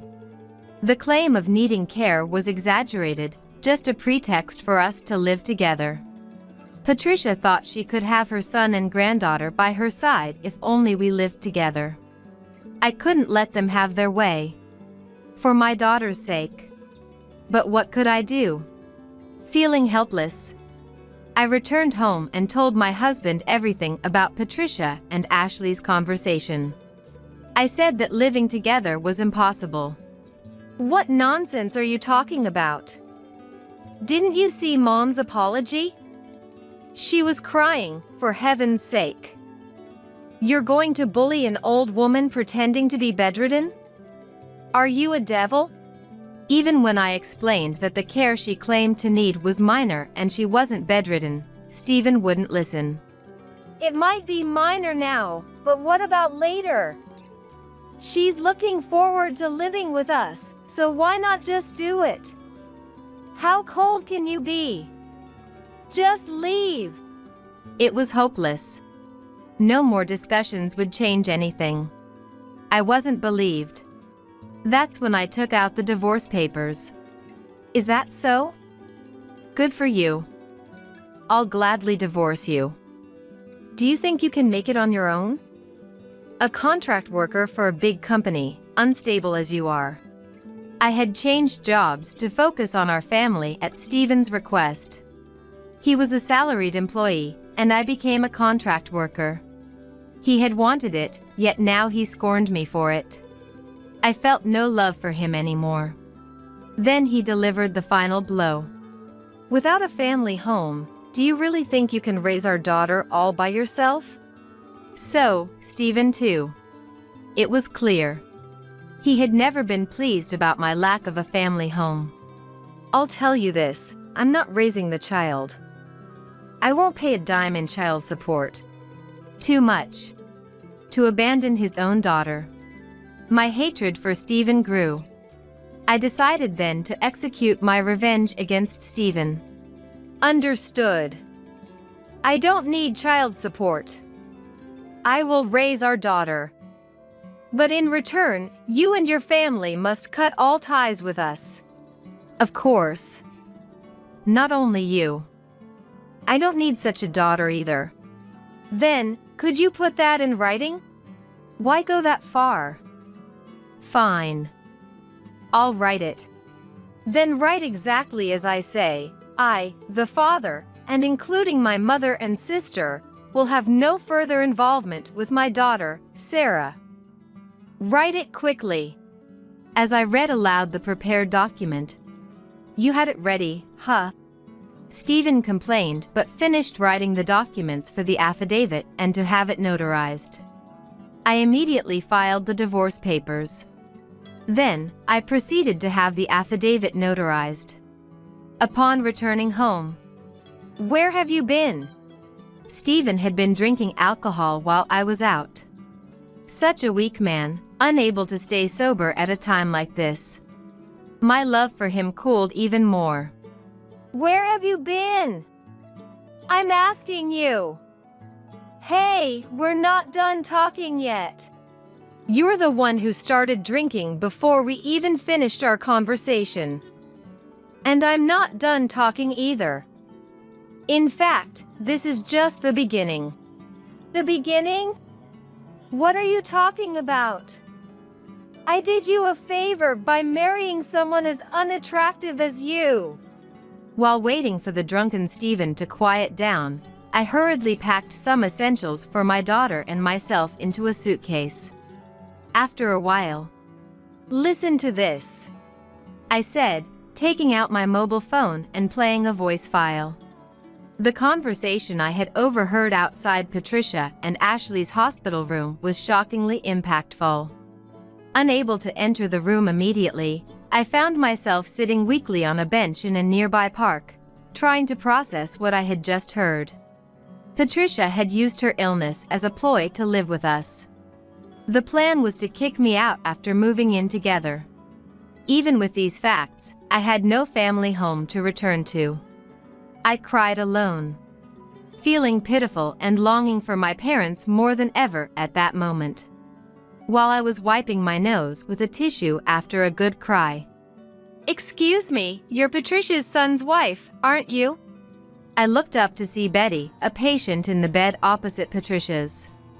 A dignified and kind elderly woman who had always been nice to me and my daughter. Ah, Betty. Hi. I wondered if she saw me crying. Are you okay? Did she really see me crying? I know it's none of my business, but you heard that conversation earlier, didn't you? I was there too. It was just awful. To my surprise, Betty had seen me listening to the conversation from outside the hallway. Concerned about me staggering out with a pale face, she had followed me. She had waited for me to stop crying before speaking to me. How kind. She mentioned that she had been hearing awful things about me from Patricia all along. However, she couldn't believe I was the person Patricia described. I pride myself on being a good judge of character. You're attentive and kind, and I've seen how you've cared for Patricia as if she were your own mother. Hey, would you let me help you? We exchanged contact information, and she told me to reach out if I needed anything. A few days later, I received a voice file from Betty. Hearing it left me astonished. I decided to cut all ties with Stephen's entire family. Hearing about Stephen relinquishing custody, I decided to proceed without giving him the details. After finishing all the paperwork, I played the voice file in front of Stephen. So, you'll be living with your grandchildren after discharge, huh? That's right. My son insisted on it. Is this Mom's voice? Why? When did I insist? Stephen was flustered. Indeed, you never said you insisted on living together. But, you don't get along well with your son's wife, right? Well, she'll probably leave eventually, running away from my sarcasm and spending habits. Mom's always been a big spender. Is that Ashley's voice? Spending habits. Stephen was shaken by the shocking truth. Watching his drunkenness fade was a spectacle. So, you didn't really want to live with your son, it was all just a sham? Right. Listen to this. Ashley's high-pitched laughter continued. Mom said she doesn't even know how much she's taken from her son's wallet. Hey, you shouldn't say that. Why not? Mom, you used the savings Dad had made for Stephen without telling him, right? That's terrible, isn't it? Poor thing. The recording ended there. Stephen, unable to speak from shock, looked pitiable. I felt like money was missing before, but I never thought Mom was the culprit. My dad saved that money for me? I never knew. Patricia regularly attended concerts and updated her wardrobe with the seasons. I had always wondered about the source of Patricia's funds.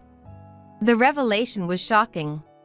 But it made me decide I didn't want her anywhere near my daughter. That's why I had the affidavit written. I divorced you for such a mother, and now I won't see my daughter anymore? Wait, we haven't completed the process yet, have we? Give me back that affidavit. I've submitted both. It's too late. Earlier, if you had listened to me even a little, our future might have been different. We could have disowned Patricia and lived as a family of 3. But you fully trusted Patricia. Do you understand how I felt, being completely disbelieved in the end?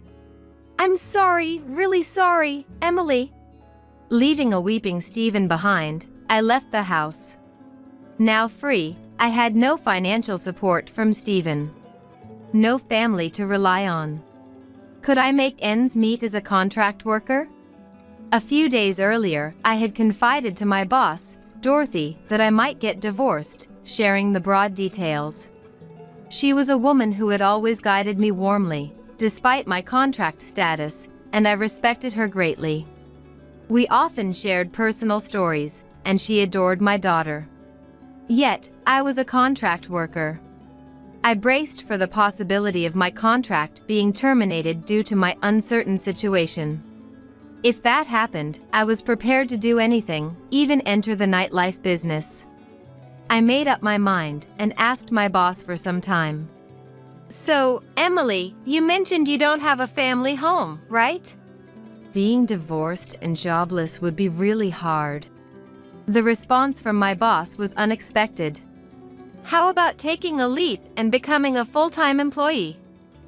Actually, we were planning to offer you a full-time position once Sarah's upbringing reached a certain stage.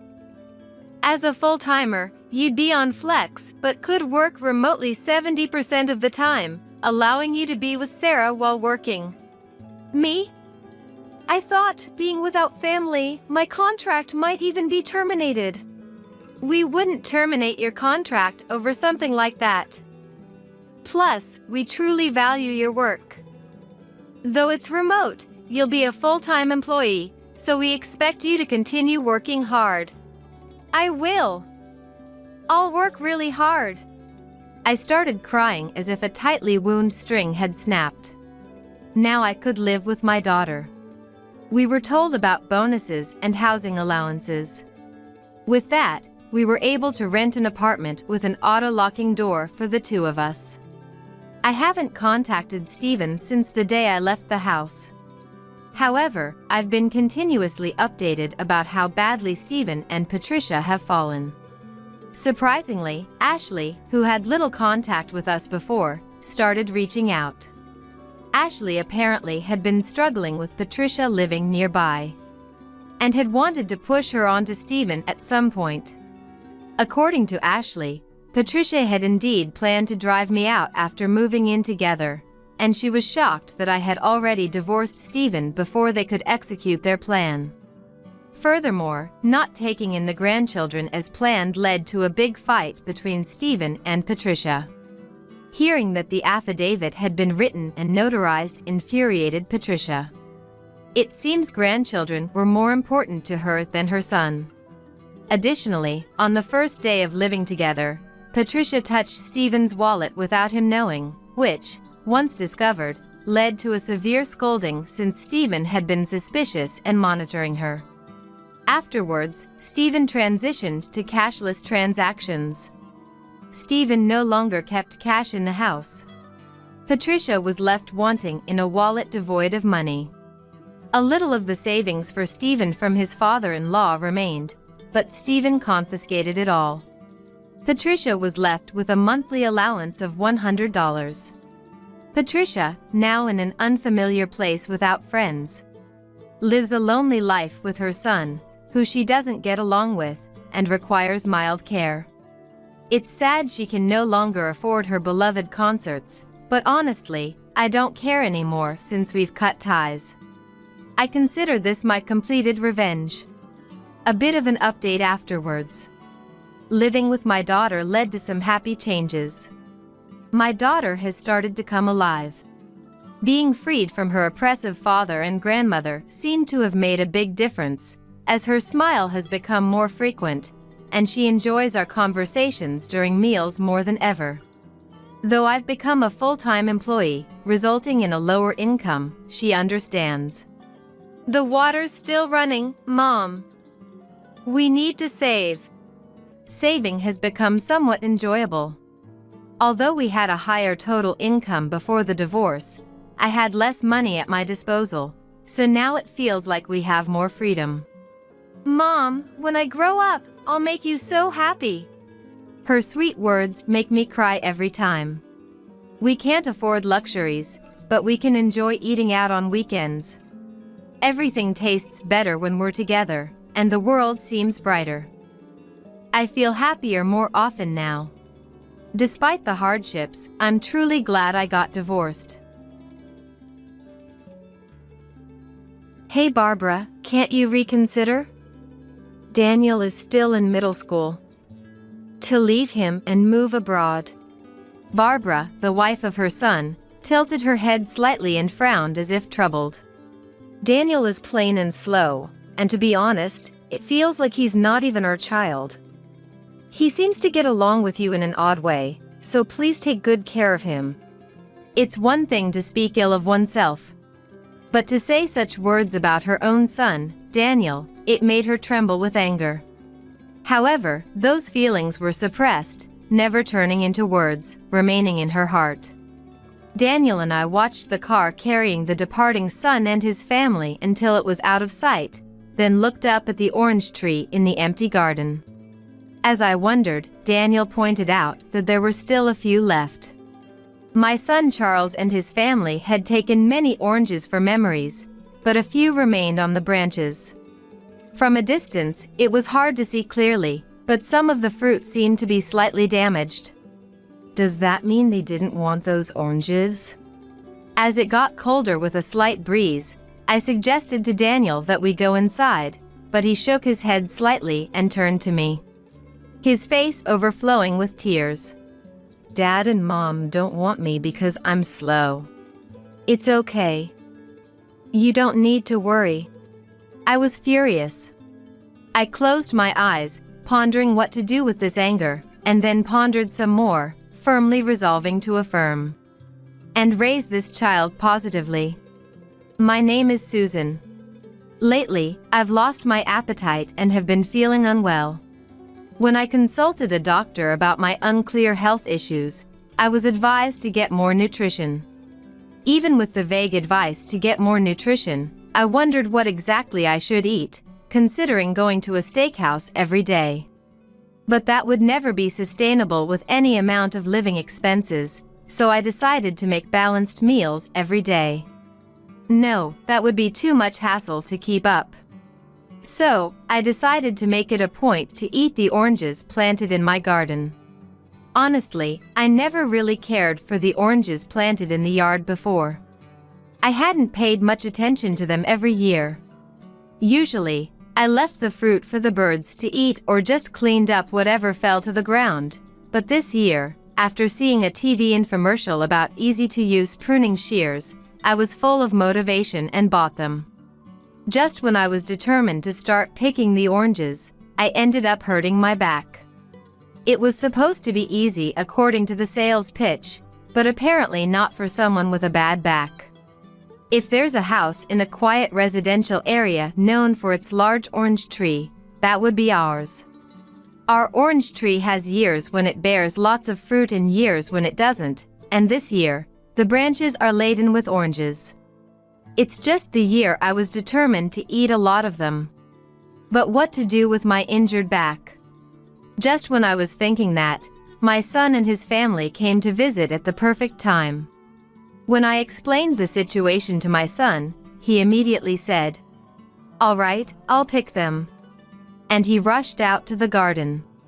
My son and my grandson, Christopher, were using a long-handled pruning shear to joyfully pick oranges from the branches.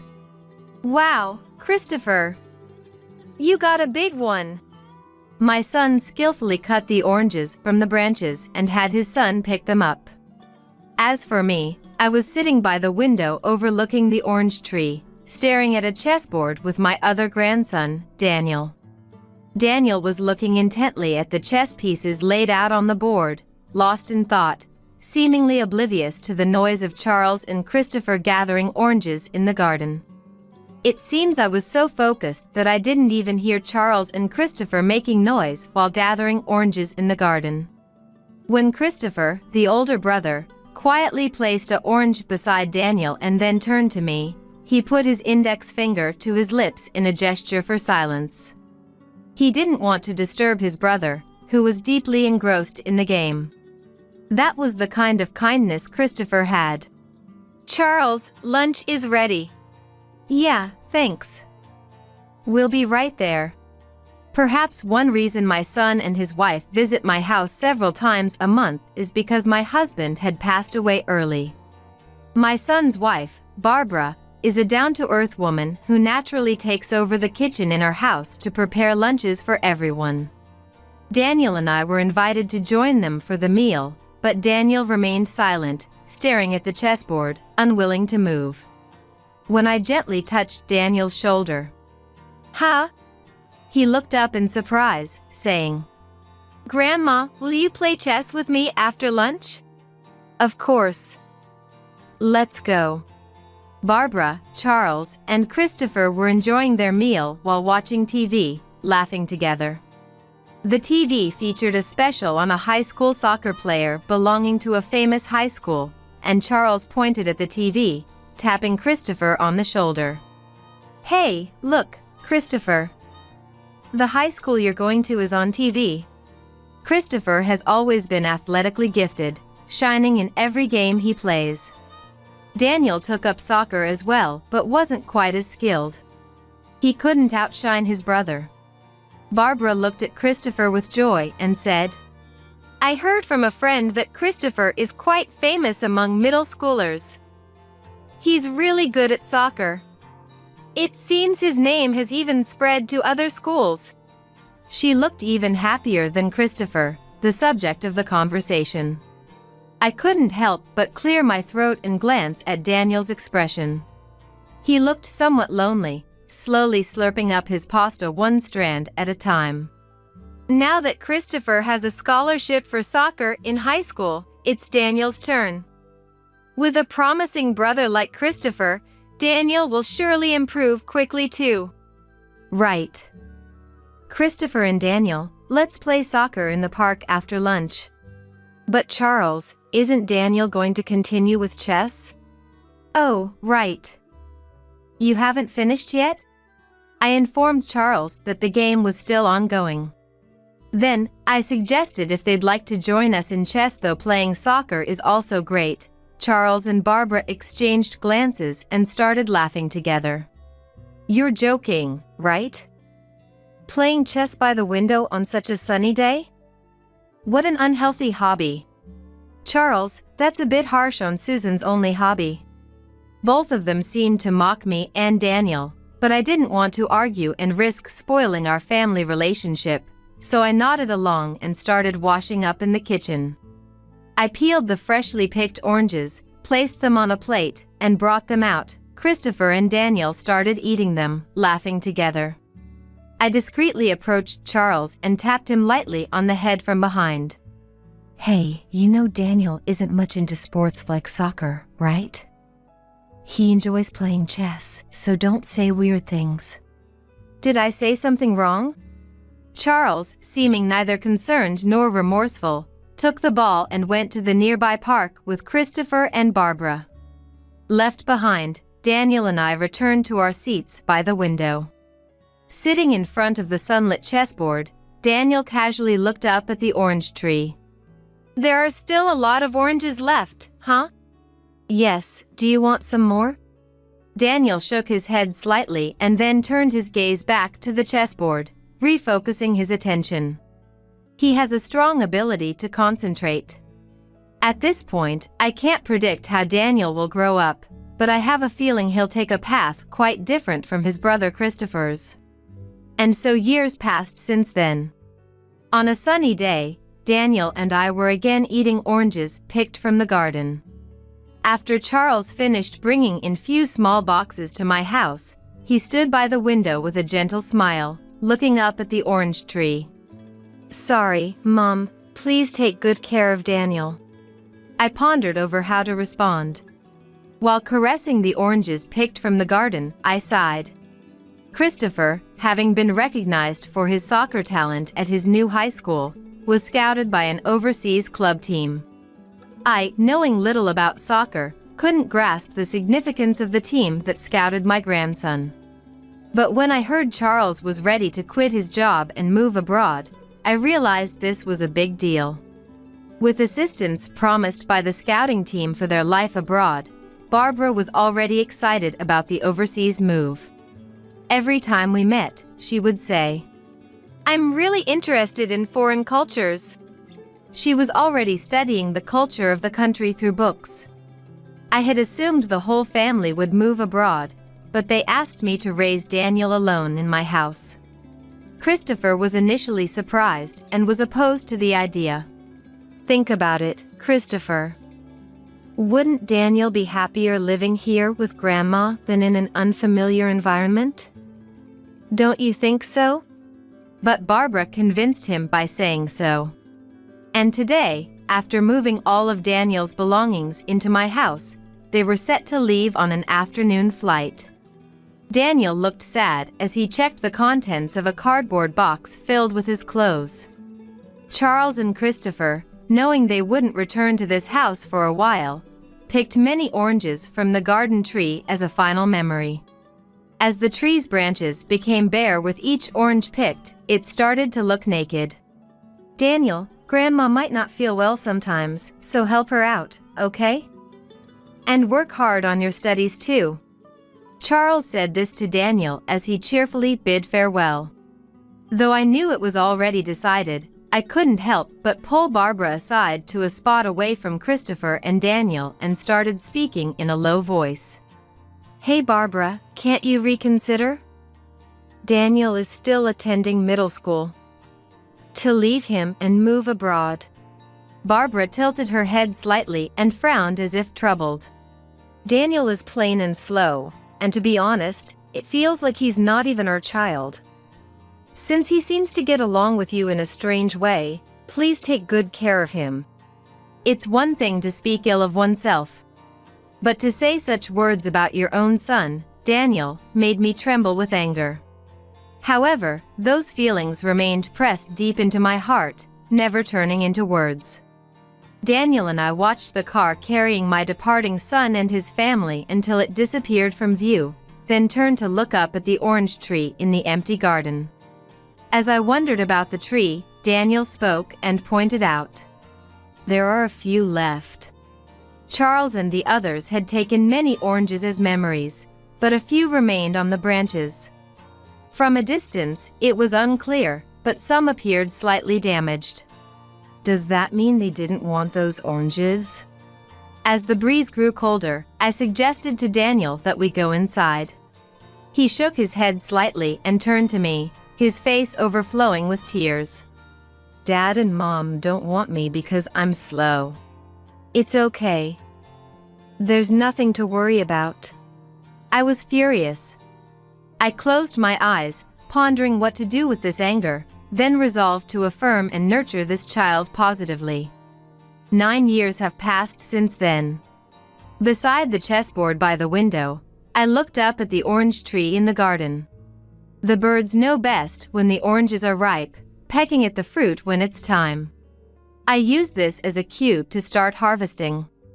Stepping out from the window to the garden, I picked a low-hanging fruit. It was free of insect damage and had a nice color. After the doorbell rang, I called out loudly, "It's open!" To my surprise, I was greeted by an unexpected visitor as heavy footsteps approached. "Mom, it's been a while. Where's Daniel? It's really been a long time. What brings you here all of a sudden?" "Well, I saw Daniel's achievements in the newspaper. Isn't it amazing? Finally, he feels like our son." As I sighed heavily and sat back down in front of the chessboard, Barbara asked, "Where's Daniel?" "He's reading a chess magazine in his room. He's a pro now, so try not to disturb him." Since our parting 9 years ago, Daniel and I played chess daily, and he gradually showed his talent, eventually becoming a professional chess player. The journey was tough, but we persevered together. Though he never said it, Daniel might have wanted to prove something to the parents who left him. Recently, Daniel won a major title as a pro chess player, making headlines. I hadn't told Charles or Barbara, but they must have found out and hurried back. Soon, Daniel came out of his room. He had grown taller and more robust over the 9 years, the perfect picture of health. Charles, seeing his son all grown up, said, "It's been a while." Saying this, he put his arm around Daniel's shoulder, and from behind, Barbara also. "You've become so admirable," smiled tenderly, as if completely contented. "Now I'm willing to live with you. Now that you're a respectable adult, it's your turn to help out your dad and mom with their lives. I'm apparently not your child, so I have no obligation to help." The conversation sounded almost like a comedy, making me burst out laughing. Charles, tapping Daniel on the shoulder, looked puzzled. It seemed like the words were completely unexpected. The audacity to offer to live together after 9 years was astonishing. "What's wrong? Are you being stubborn after this long reunion? You must have been lonely living with Grandma all this time. Don't worry, we'll live together from now on." "What are you talking about? Live together? I'm not a child anymore, why should I live with you?" Barbara, pulling Charles away from the frozen embrace, said, "What are you saying? We haven't been able to contact Christopher for years, and our life is in shambles. We've been living off Christopher's soccer income, and now we have no savings. What does that have to do with me? After all the effort we put into supporting Christopher's soccer, he suddenly disappeared. We didn't know what to do. It's impossible for us to start working now, and you're the only one we can rely on. If you're looking for Christopher, he's here in this house." "Hey, Christopher." At Daniel's casual call, Christopher appeared from the kitchen, wearing a cute cat apron, holding an orange, and skillfully peeling it with a knife. "What's up?" Christopher, with an innocent expression, surprised Charles and Barbara by being there. "Christopher, why are you here?" "Seems like there's a lot we need to talk about, so just sit down and wait. I'll cut some oranges for us." As Christopher served the oranges on a plate to Charles and Barbara, I prepared coffee for everyone. Christopher began to share that, although he was initially enthusiastic about his soccer career and contract with an overseas club, his experiences abroad gradually sparked an interest in becoming an interpreter. Upon hearing Christopher's dream, Charles, "Being an interpreter won't earn you as much as a professional soccer player. That's not acceptable," dismissed it without even listening. Disappointed by his parents, who seemed only to care about the money he could bring in rather than his dreams, Christopher lost interest in soccer. He secretly contacted Daniel and me and returned to our town. Now, he's working at a language school while studying to become an interpreter. After explaining this, Christopher sat up straight and faced Charles and Barbara directly. "I'm truly grateful that you took me abroad for soccer. But I've found a dream I want to pursue more than soccer. If you're going to deny that, I'd rather you not be involved in my life." "Not be involved? Do you know how much we sacrificed to support your soccer career abroad?" He reflected on how much time he had sacrificed as a father to support Christopher's soccer. He passionately explained how much he and Barbara, Christopher's mother, had hoped and expected to make Christopher a top soccer player. "Christopher, your dad quit his job to support your soccer. And now, you're giving that up for a job as an interpreter? It's not too late to go back to the club team." "Right, that's a good idea. If life gets tough until you succeed in soccer, Daniel can support us. He's a famous chess player now, after all." The conversation seemed somewhat detached from reality. Perhaps even Charles and Barbara realized the absurdity of their words. Despite understanding the unfairness of their situation, fear of not being able to survive without such plans seemed to drive their irrational statements. The reason no one spoke up wasn't because the discussion had concluded, but rather because the end point of the conversation had become unclear. I poured coffee into each of the empty cups. The scent of coffee filled the living room, which was enveloped in silence. Daniel quietly shifted his gaze to the chessboard by the window. After Dad and Mom left for abroad, I played chess almost every day. Left for abroad? That makes us sound like the bad guys. Do you think you would have been happy if you had come with us? You're right. If I had lived with parents like you, I might have lost sight of what I was striving for, just like Christopher did. This provocative stance immediately angered Barbara. She stood up and lunged at Daniel, prompting me to quickly step in front of him to block her.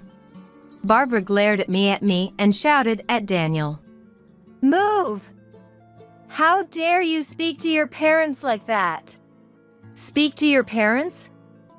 It's been 9 years. 9 years! You didn't come back to see Daniel even once in all that time. Can you imagine how long these years have been for him? We are their parents, you know? Can you believe that children wouldn't help their parents? Christopher and Daniel are saying they're abandoning us when we're in trouble." Charles, not wanting to be outdone by Barbara's intensity, stood up to face me as well. "Exactly. It's irresponsible not to help when your parents are in trouble. It's a child's duty." "You're talking about duty? I mentioned I was feeling a bit unwell 9 years ago, remember? Yet, you chose to ignore that and went abroad. It's shameful to change your tune when it suits you." "But that's because..." Charles mumbled awkwardly, his gaze darting around, not sure what to do. Christopher approached Daniel with a calm voice and apologized. "I'm really sorry for everything. Dad, we've decided we want to cut ties with you and Mom. Can you just leave us alone from now on?" "Don't joke around. What do you take your parents for? Use us when convenient and discard us when done? You're going to abandon us irresponsibly while we're struggling with our lives?"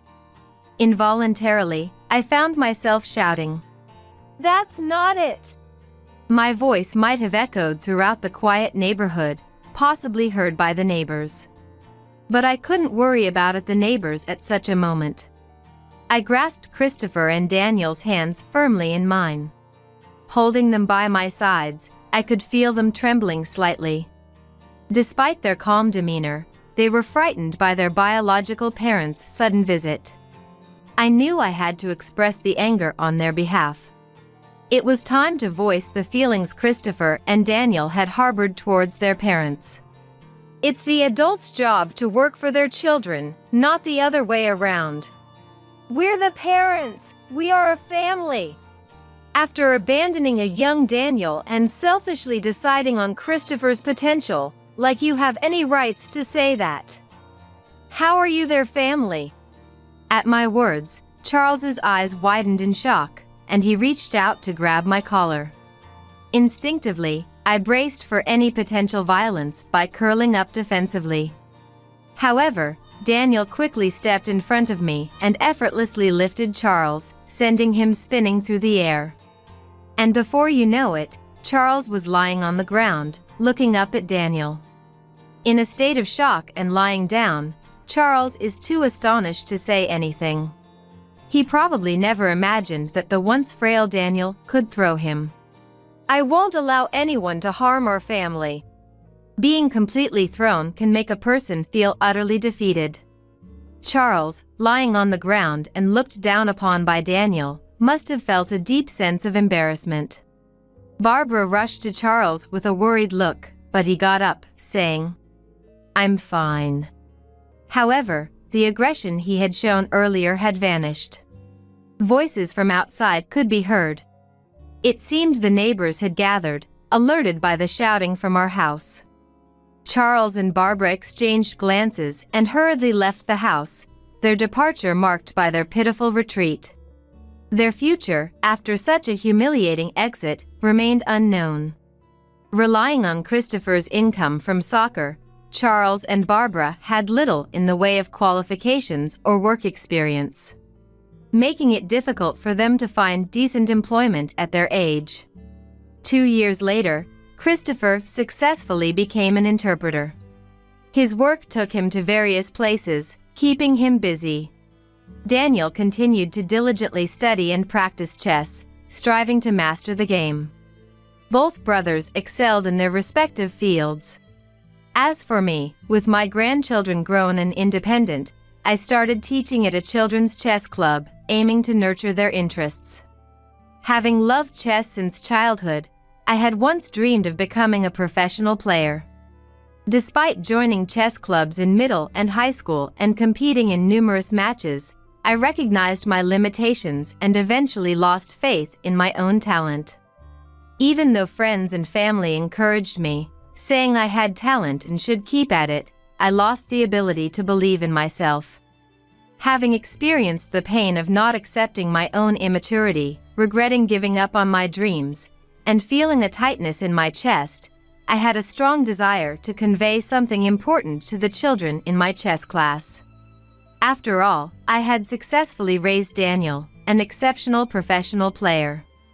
Although it's often challenging, I find fulfillment in guiding each child, focusing on their individual hearts and potential. Christopher and Daniel live harmoniously with me, sharing these values. I deeply respect Christopher and Daniel, each thriving and fulfilling their dreams. One day, after a long while, Christopher and Daniel offered to pick oranges in our garden.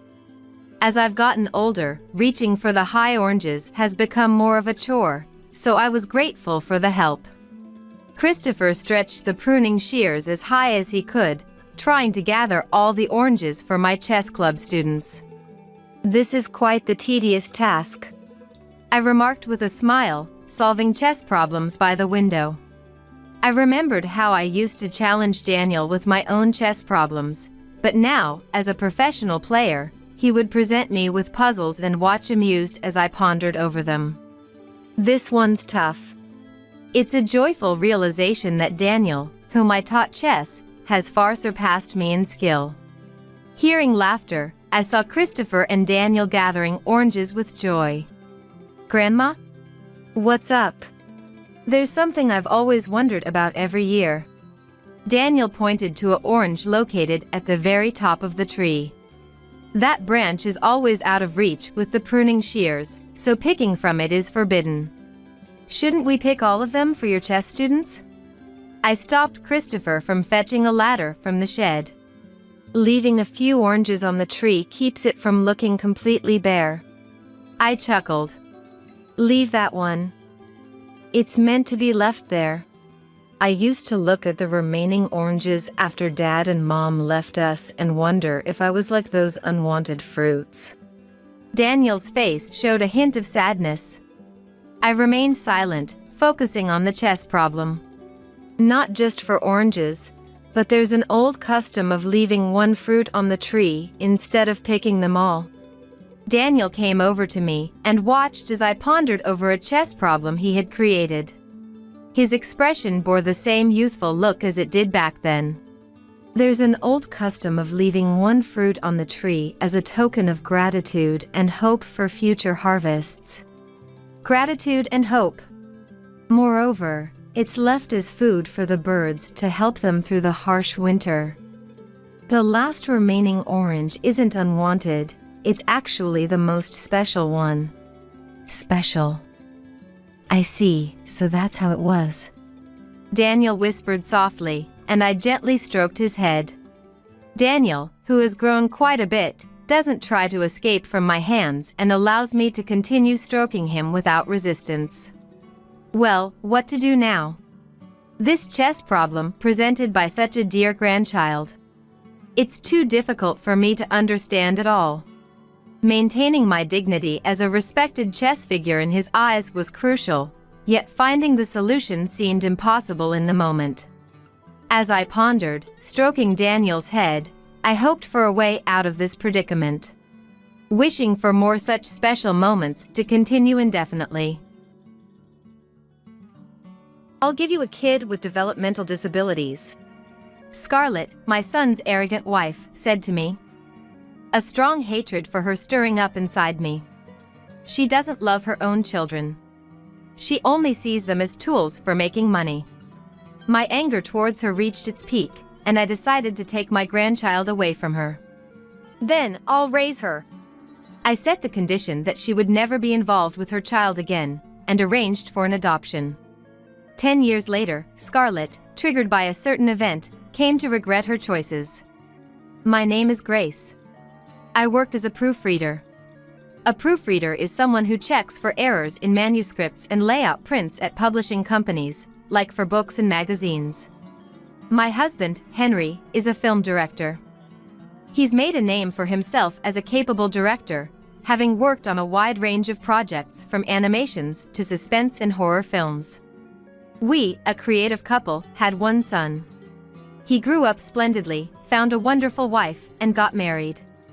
They were blessed with children. But soon after the marriage, our son tragically died in an accident. Losing our only son, Henry and I were engulfed in sorrow. But perhaps it was even harder for Scarlett, our son's wife. At the young age of 33, she became a widow and raised her 2 daughters by herself. Moreover, the girls were twins, and the younger one, Mia, showed signs of developmental disabilities. Her sister is Emma.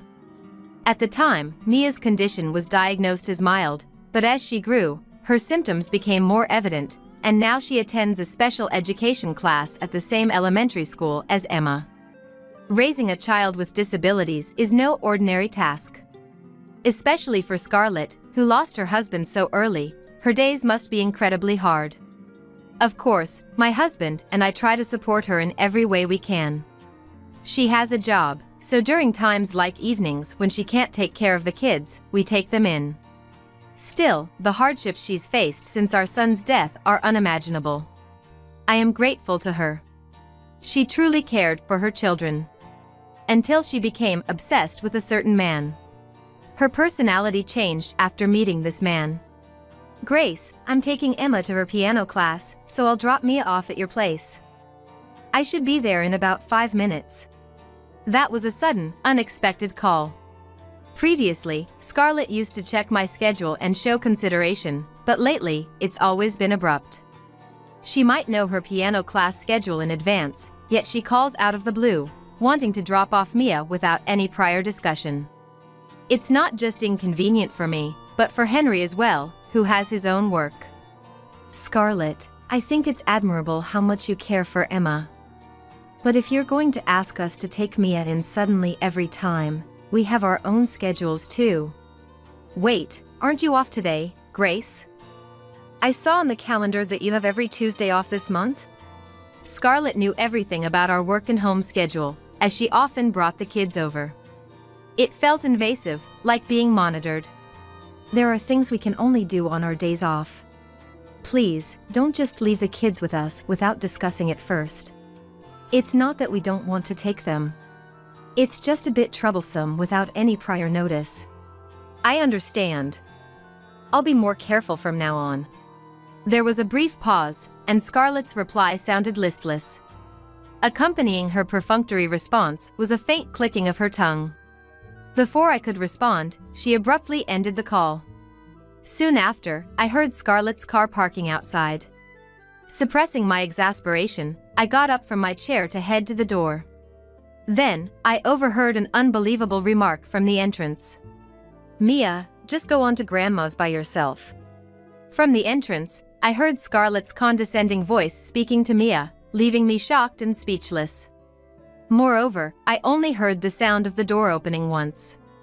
Meaning, Scarlett didn't even get out of the car, she just told Mia something and then drove off again. Surprised by this unbelievable situation, I hurried to the entrance and found Mia left there alone. "Mia, where's your mom? Where did she go?" Mia, not understanding the situation, looked at me with a puzzled expression. I placed my hands on Mia's shoulders, asking her what happened, but she just kept staring at me, puzzled, not attempting to answer my question. "Grandma. Good evening." Mia is in elementary school, but she's delayed in speech, only able to communicate in two-word sentences. She can't answer complicated questions, and when bombarded with them, she tends to get stuck. At this moment, not understanding my question, Mia, contrary to my anxious mood, just smiled sweetly and continued to look at me. "Mia, where did your mom go? Shopping? Piano class? Which one?" When speaking to her, I know I shouldn't get emotional. If I convey words in haste, she also gets affected and may panic. I took a deep breath to calm myself and, showing my fists alternately with my hands, I tried to make it easier for Mia to choose an answer. Thanks to that, she seemed to understand the question and pointed to the right fist I held out secondly, uttering surprising words.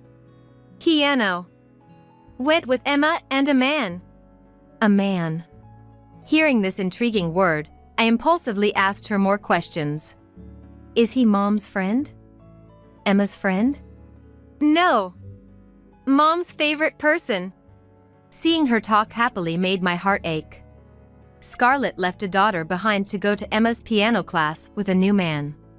But why leave only Mia? The answer would soon become clear. That night, after piano class was over and it was getting time for Scarlett to pick Mia up, she didn't show up at our house. Fortunately, the next day was Saturday, so having Mia stay over wasn't a problem, but it was still incredibly rude. Scarlett left her with us without any notice. What's happening to her? I kept repeating these complaints in my mind while waiting with Mia for Scarlett to pick her up. Little did I know then, Scarlett's life was spiraling out of control. "Hello, Grace? Sorry, but could you let Mia stay over tonight? Emma has come down with a fever.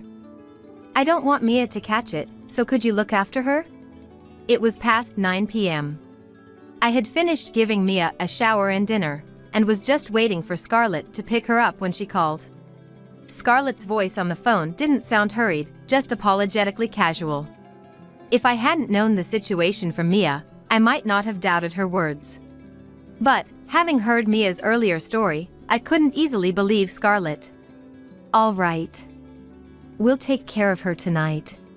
Realizing my reluctance, Henry, who was playing with Mia, turned to me and said so with a stern expression. I relayed to Scarlett that we would take care of Mia just for tonight. "I understand the situation. But you knew about this sooner, right? How many hours has it been since piano class ended?" "Sorry. I was just about to pick her up when she started looking unwell. I'll be more careful next time." Her nonchalant reply only increased my anger. "From now on, please make sure to contact us in advance. If not, we might find it difficult to take her in the future." "Yes. Thank you so much." She responded sweetly and ended the call unilaterally. Dumbfounded and speechless, I returned to Mia and Henry, and that's when things got tough. Mia, how about spending today with Grandpa and Grandma? Your mom can't pick you up because she's taking care of Emma who's sick. Maybe the way I said it was not good. Mia, having already decided in her mind that she was going home, got upset when her routine was disrupted. Mia, in a state of panic, began to wander restlessly around, crying and repeating that she wanted to go home. She curled up on the spot, trying to calm herself down, but it seemed she couldn't switch off her emotions. Sitting down, then standing up, repeating this over and over, she eventually collapsed onto a nearby sofa and started to cry intensely.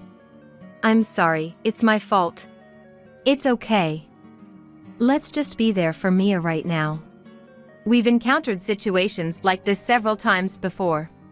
When she was younger, her tantrums were much worse, becoming so violent that she was uncontrollable. She would hit herself against walls or slap her hands on the floor, a far worse state compared to now. As she grew, perhaps maturing, her symptoms seemed to stabilize, now manifesting as crying intensely on the sofa. When Mia gets like this, both Henry and I stay by her side, never intervening or trying to do anything forceful. Mia, in her way of calming down, uses our hands to wipe her tears, seeking comfort through physical touch. But we don't initiate it. Mia has her own timing and needs. We've learned over these 6 years it's important to respond to her in that manner. I'm sorry. When Mia calms down, she always apologizes to us, perhaps thinking she'll be scolded for crying. Her eyes, wet with tears, stare at us, trembling with fear. At that moment, we had no idea that this behavior was a result of Scarlett's treatment. We're not mad at you. In fact, I'm sorry, Mia. I said something hard to you. Good girl, good girl. Though she might not understand my words, she seemed to read my emotions from my expression. Mia, kneeling in front of me, gently stroked my hair. Even if her words are limited, her heart is so kind. What does a disability matter? It's just a part of who she is, her unique character. I love this gentle side of her. Thinking this and smiling, I heard Henry's voice suggesting it's time to sleep, and Mia, now ready to switch to bedtime mode, happily went with Henry to the bedroom. The next morning, a grim-faced Emma and Scarlett in a slovenly outfit arrived. Thank you for yesterday. Emma's fever seems to have gone after sleeping all night, which really helped. Scarlett said in a manner as if a heart emoji should be at the end of her sentence, without a hint of remorse. Next to her, Emma looked upset for some reason. Curious, I was about to speak, but Mia, seeing her mother, lit up and rushed to embrace her, leaving me with no choice but to keep quiet. Mom, you're back. Mia. I'm back, let's go home. Scarlett spoke to Mia as she hugged her. At that moment, I felt something off in Scarlett's smile. For a brief moment, it seemed like a look of laziness towards Mia. It was so brief that I couldn't be sure. Was it just my frustration from yesterday making me see things, or was there really something off? Unsure of the fleeting feeling, I couldn't confront her about it. Then, we'll visit again soon. As Scarlett said this and took Mia's hand heading to the car, an angry-looking Emma handed me a letter. Read this after we leave. Emma whispered, passing me the letter discreetly, making sure Scarlett didn't hear. Sensing something was seriously wrong, I took the letter without asking any further questions. After Scarlett left, I called Henry into the living room, and we read Emma's letter together. It contained shocking information. Mom changed after finding a new boyfriend. She's hardly home and gives money to this man. She's using the prize money I won from a piano competition and a concert to pay him. She's leaving Mia with Grandma and Grandpa because this man has started to dislike Mia and finds her annoying. She sees me as a tool to earn money through piano. Soon, Mom might push Mia onto Grandma and Grandpa permanently. I'm okay, but please look after Mia. I was stunned and speechless at the unbelievable content of the letter, and at the end of it, I noticed what appeared to be a mobile phone email address. I remembered Scarlett mentioning that Emma's piano talents blossomed when she entered elementary school and that her lessons had become busier. Emma, even as a young child, had gained media attention for her skills and had now become a piano prodigy, attracting nationwide attention. Things have become rather dangerous lately, so I decided to give her a mobile phone. It seems normal these days for elementary school kids to have one, and I thought it wouldn't be a problem. If she's receiving media attention, it's a natural concern and precaution for a parent to have. I remember hearing this story and thinking how times have changed. This email address must belong to Emma's mobile phone. Emma is quite a smart girl. If she's written down her mobile phone address, it means she isn't being monitored by Scarlett. It must be safe to contact her there. Believing this to be Emma's address, I decided to reach out. Good evening. Is this Emma's address? Yes, it's me. Thanks for reading my letter. Grandma, please help Mia. I received this reply after 10 p.m. Probably just as she was going to bed. I then exchanged several messages with Emma. Tell me more about what's happening. Make sure to delete our messages afterward. Of course. I wasn't really sick yesterday. It was all a lie so Mom could go see her boyfriend. I was left at a friend's house, and Mom went out with him. He seems to be in a band, and Mom's always following him around. She's using the money I earn from piano competitions to spend time with him. I don't really mind, but Mia, she's treated terribly at home. Mia doesn't understand and always smiles, but after being scolded, she cries a lot and is inconsolable. Mom prioritizes her boyfriend over us now. She's happy when I give her money. But as long as Mia is around, Mom will continue to treat her horribly. The boyfriend even said to leave Mia with you and Grandpa. Mia might be happier with you. So please, help Mia. I'll do anything for her. Reading the message to the end, I couldn't stop my tears. Such a young girl, only 6 years old, desperately trying to protect her sister. Especially since she's the same age as her. Sacrificing herself without a second thought. What a terrible mother to make such a young child feel this way. What are you planning to do? You could be in danger too. I'll be okay. Mom needs me as long as I can play the piano. If it gets too much, I'll threaten to quit. I want to become better at piano. If that means using them to my advantage. That man seems well connected in the industry, so I'll use that to my advantage. So don't worry about me. But please, take care of Mia. I can't protect her. Can she really be only 6 years old? Her maturity made me feel her strength. But we never know what might happen. Not to overdo it, to rely on us if things get tough. And to keep in touch without fail. And be careful not to lose contact. I promised her 3 things. I agreed to help Emma. A month later, Scarlett's irresponsible behavior continued, and we were constantly being inconvenienced. But we couldn't let anything happen to Mia. We even started to say that we wanted to take care of Mia ourselves to protect her and keep our promise to Emma. One day, Scarlett came to our house with Mia, asking for a favor.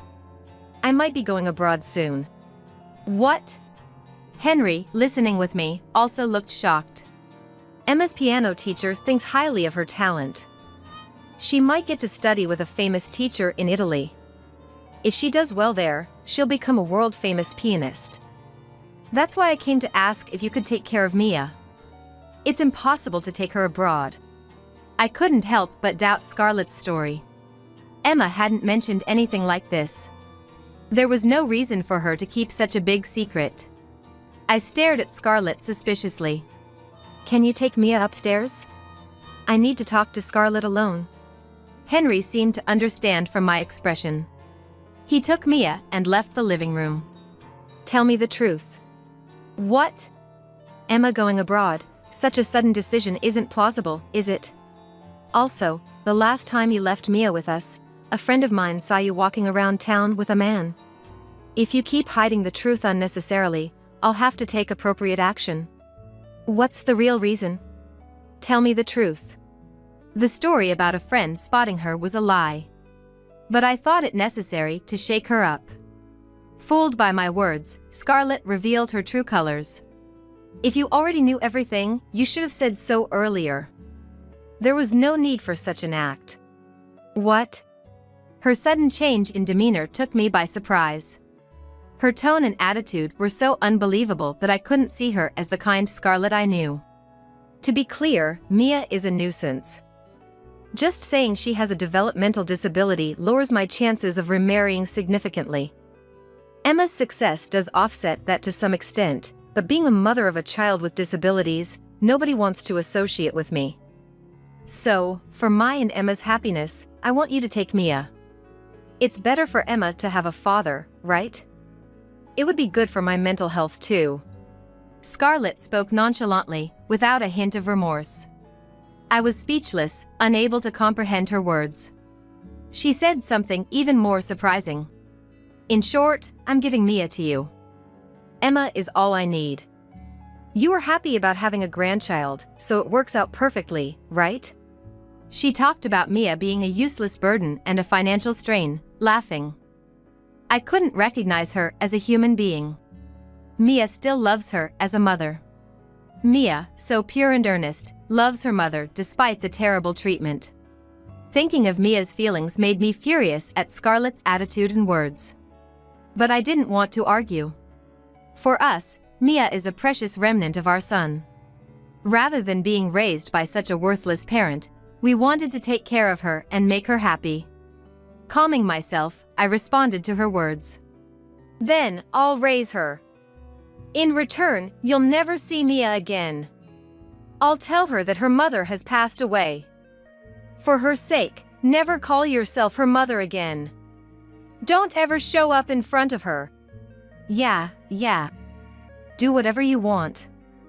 I'm happy to get rid of such a useless child." Scarlett said this, stretched her arms out wide as if relieved, and left our house without telling Mia anything. Thus, Mia came to live with us as our adopted daughter. Of course, the first few months were tumultuous. Mia was distraught over her mother's absence, causing a great deal of mental strain. We reached out to doctor acquaintances, invited specialists to our home, and collaborated with therapeutic institutions, focusing on her support. Thanks to that, a few months later, Mia returned to school and was able to live a more settled life. 10 years later, when Mia was in her first year of high school, an incident occurred. One afternoon, someone repeatedly rang our doorbell. It was a holiday, and we were spending time together as a family. Who could it be, ringing the bell so many times? Irritated by the rude visit, I went to the door and grimaced when I saw who it was through the peephole. "I know you're there. Come out. Give back Mia, you thieving family." There stood Scarlett, whom we had cut ties with 10 years ago, and a flamboyantly dressed man. Possibly he is the boyfriend from the rumors. What's going on? The front door seems noisy. Henry. Scarlett found our house and has come to visit suddenly. What? We had moved to change our lives after cutting ties with Scarlett. We bought a place convenient for our jobs, never expecting she would find us. Henry and I exchanged looks, wondering what to do. "It's okay, Grandma, Grandpa. Let them in. I want to settle things with that person." Mia was now 16. Her developmental disability had stabilized, and she could communicate normally.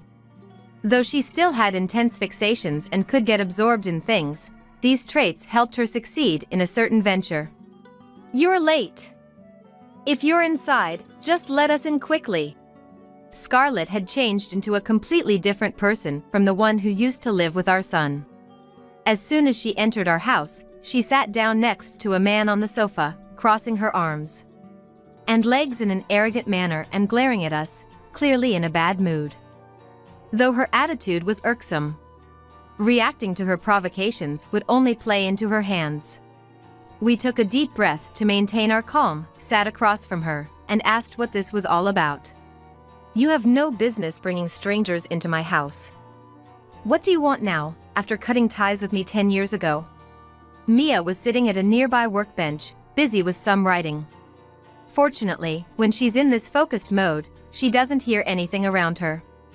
Knowing she wouldn't be bothered by our argument, we were told to have our discussion here. Glancing sideways at Mia, Scarlett smirked and arrogantly declared, "It's simple. I've come to take Mia back. She's my daughter, so it's my right to have her back, isn't it?" What is this woman talking about? Has she forgotten what she said that day, 10 years ago? Lost for words at Scarlett's absurd thinking, a stern-looking Henry addressed her in a low voice.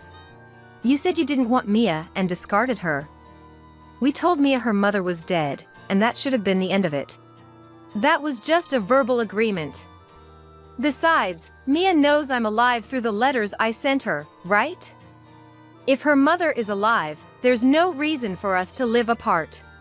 Scarlett's defiant reply was infuriating. She had bombarded our home with letters once she learned of Mia's talent and even showed up at her school to make her presence known. "Do you have any idea how much pain your selfish actions have caused Mia?" Scarlett's actions had recklessly stirred up Mia's emotions. Believing her mother was dead, Mia was so disturbed by this revelation that she couldn't even go to school for a while. However, thanks to her friends and a certain child, she gradually recovered and was able to return to her normal life. "I'm telling you, I'll take proper care of her from now on. So hand over Mia to me. Enough already." Scarlett, eager to justify herself and demand Mia's return, was interrupted by Mia herself. Mia threw a pen at near Scarlett's face, and she stepped up to Scarlett, shaking her fist in anger. "You never cared about me. You dumped me with Grandma and others because I was in the way of your time with that man. And now you claim to be a mother? Don't make me laugh. To me, you're not a mother at all." We could never have imagined she would speak like this when she was little. She used to accept everything her mother did with a smile, never showing anger. But living with us, Mia had changed. She developed a rich emotional life, and thanks to therapy, her teachers, and friends, she learned to express herself. She even learned to distinguish right from wrong. In defiance of her mother, who had abandoned her, Mia honed a particular talent. So, she must not forgive Scarlett, who had chose the man getting along well over her. Scarlett didn't know how much I understood about Mia. She also didn't realize that she was being betrayed by a certain child. "You're just greedy for money. I knew you'd show up sooner or later. After all, you know I'm the author of that movie." At those words, Scarlett's face showed a flicker of unease. After we took her in, we had Mia try various things. Scarlett had made Mia play the piano like Emma, but it wasn't for Mia. That was the real reason she considered abandoning Mia. We had heard about this from a certain child and encouraged Mia to explore her interests and take her to places she wanted to visit. As a result, Mia discovered a talent for something special. It was drawing. She had an exceptional artistic sense. Her imagination was beyond our expectations. As Henry and I, both of whom work in animation, recognize her excellent work. I tried showing it to a certain author. We even showed her work to a famous industry figure, who has an award named after him. His high praise led to her drawings being immediately adopted by my company's editorial department. She demonstrates stellar performance in drawing, which was made into an animated TV series and films in a flash. Now, I'm worth more than Emma. You thought you could use me to pay off the money you spent on that man and your ballooning gambling debts, didn't you? Too bad. I know all about your wrongdoings. Who would want to go back to a terrible parent like you now? Get out. My real parents are Grandpa, Grandma, and Dad. Scarlett was shaken by these unexpected words from Mia. Why did she know everything? We hadn't even talked about it, so how did she find out? In the midst of confusion and agitation, the man next to her was showing anger at being yelled at. What are you saying to Mother who gave birth to you? Did I ask to be born? You gave birth to me, abandoned me, and now you come back for your own convenience. I don't want to hear Mother from someone who's only interested in money. Who would go back to a greedy woman like you? Get out now. Just the thought of you makes me sick. Scarlett was speechless from the shock and surprise of being defied. The man next to her stood up in anger, about to grab her. Just as we stood up to stop him, a voice came from the living room entrance. If you do that, I'll show this video to the police and have you thrown in jail right now. Everyone turned to see Emma at the entrance, holding her mobile phone camera. She was supposed to be in Italy. Why is Emma here? Isn't she in Italy? I asked my teacher to reschedule my lessons. I thought you'd try to get in touch with Mia while I was away and bring her back to our house. I'm glad I kept in touch with her beforehand. As I thought, you came to Grandma and Grandpa's place. Emma said this and walked next to Mia, filming the man to protect him. Emma had explained everything to Mia and had always been there to protect her. She continued to use the man next to Scarlett. With his knowledge of the music industry, she might be able to meet the foreign pianist she admired. She wouldn't spare money to fulfill her dream. And she had a plan to leave Scarlett when the time came. This is my investment to fulfill my dream. It's not hard at all. They're so stupid. They don't know I'm secretly having Grandma manage the money. The reward money I give them is just a fraction, so don't worry. Emma, now a middle school student, began studying about money and law. She had grown up to be as knowledgeable as an adult, talking about her family situation at work and getting full support from the office. Thanks to that, Emma's bank account had enough savings to live on her own. She was finally ready for settling in Italy, which has been her long-cherished dream leaving Scarlett, so she talked to Mia about it in advance. I've been adopted by Grandma and Grandpa too. What? Scarlett was visibly confused by this unexpected turn of events. The man next to her hadn't anticipated this either. In a panic, he pressed Scarlett about what to do. After all the good times I've given you, you should be satisfied by now. I don't need trash like you around me as I become big. Emma and I have never considered you our mother, so rest assured. Don't ever show yourself to us again. We've already talked to Grandma and Grandpa about the adoption. All that's left is your consent, but we're prepared for a refusal and have already contacted a lawyer. I'm so happy to think I'll finally be able to live with Emma again. Well, I live in Italy, so we won't see each other often, but considering everything we've been through, it's easy, right? Now we can enjoy many things together again. Seeing them happy, I couldn't help but smile, and an infuriated Scarlett reached for my collar. You're the one! You filled Emma's head with nonsense. But Emma quickly turned her camera to Scarlett to protect her. Don't get the wrong idea. I made this proposal to Grandma and Grandpa on my own. You thought I was your ally, so you never suspected me. I always comforted you, didn't I? But I've never once thought of you as my mother. My parents are my deceased father, and Grandma and Grandpa, who still love us. Scarlett, who had never been defied by them before, looked like it was the end of the world. She sat down on the sofa in a daze, unable to accept reality. Mia has always longed for you. With Scarlett in such a pathetic state, I delivered the final blow. You rejected the love she repeatedly sought from her mother. You, drowned in men, have no right to call yourself a mother. I will take good care of Mia and Emma with Henry. Don't ever come near these kids again. You're no longer their family. Hearing this, Scarlett broke down in tears. She kept calling for Mia and Emma, but her pleas never reached them. As they asked to be kicked out, Henry turned Scarlett and the man away. If you persist, I'll call the police. At this threat, they left the house scared. Since then, Scarlett and the man visited several times, begging to have them returned. But their persistence disgusted Mia, and she reported them to the police. Under the anti-stalking law, they were forbidden to approach Mia, ensuring her safety. Thus, they successfully severed ties with Scarlett. Their lingering feelings cleared, Mia and Emma lived freely.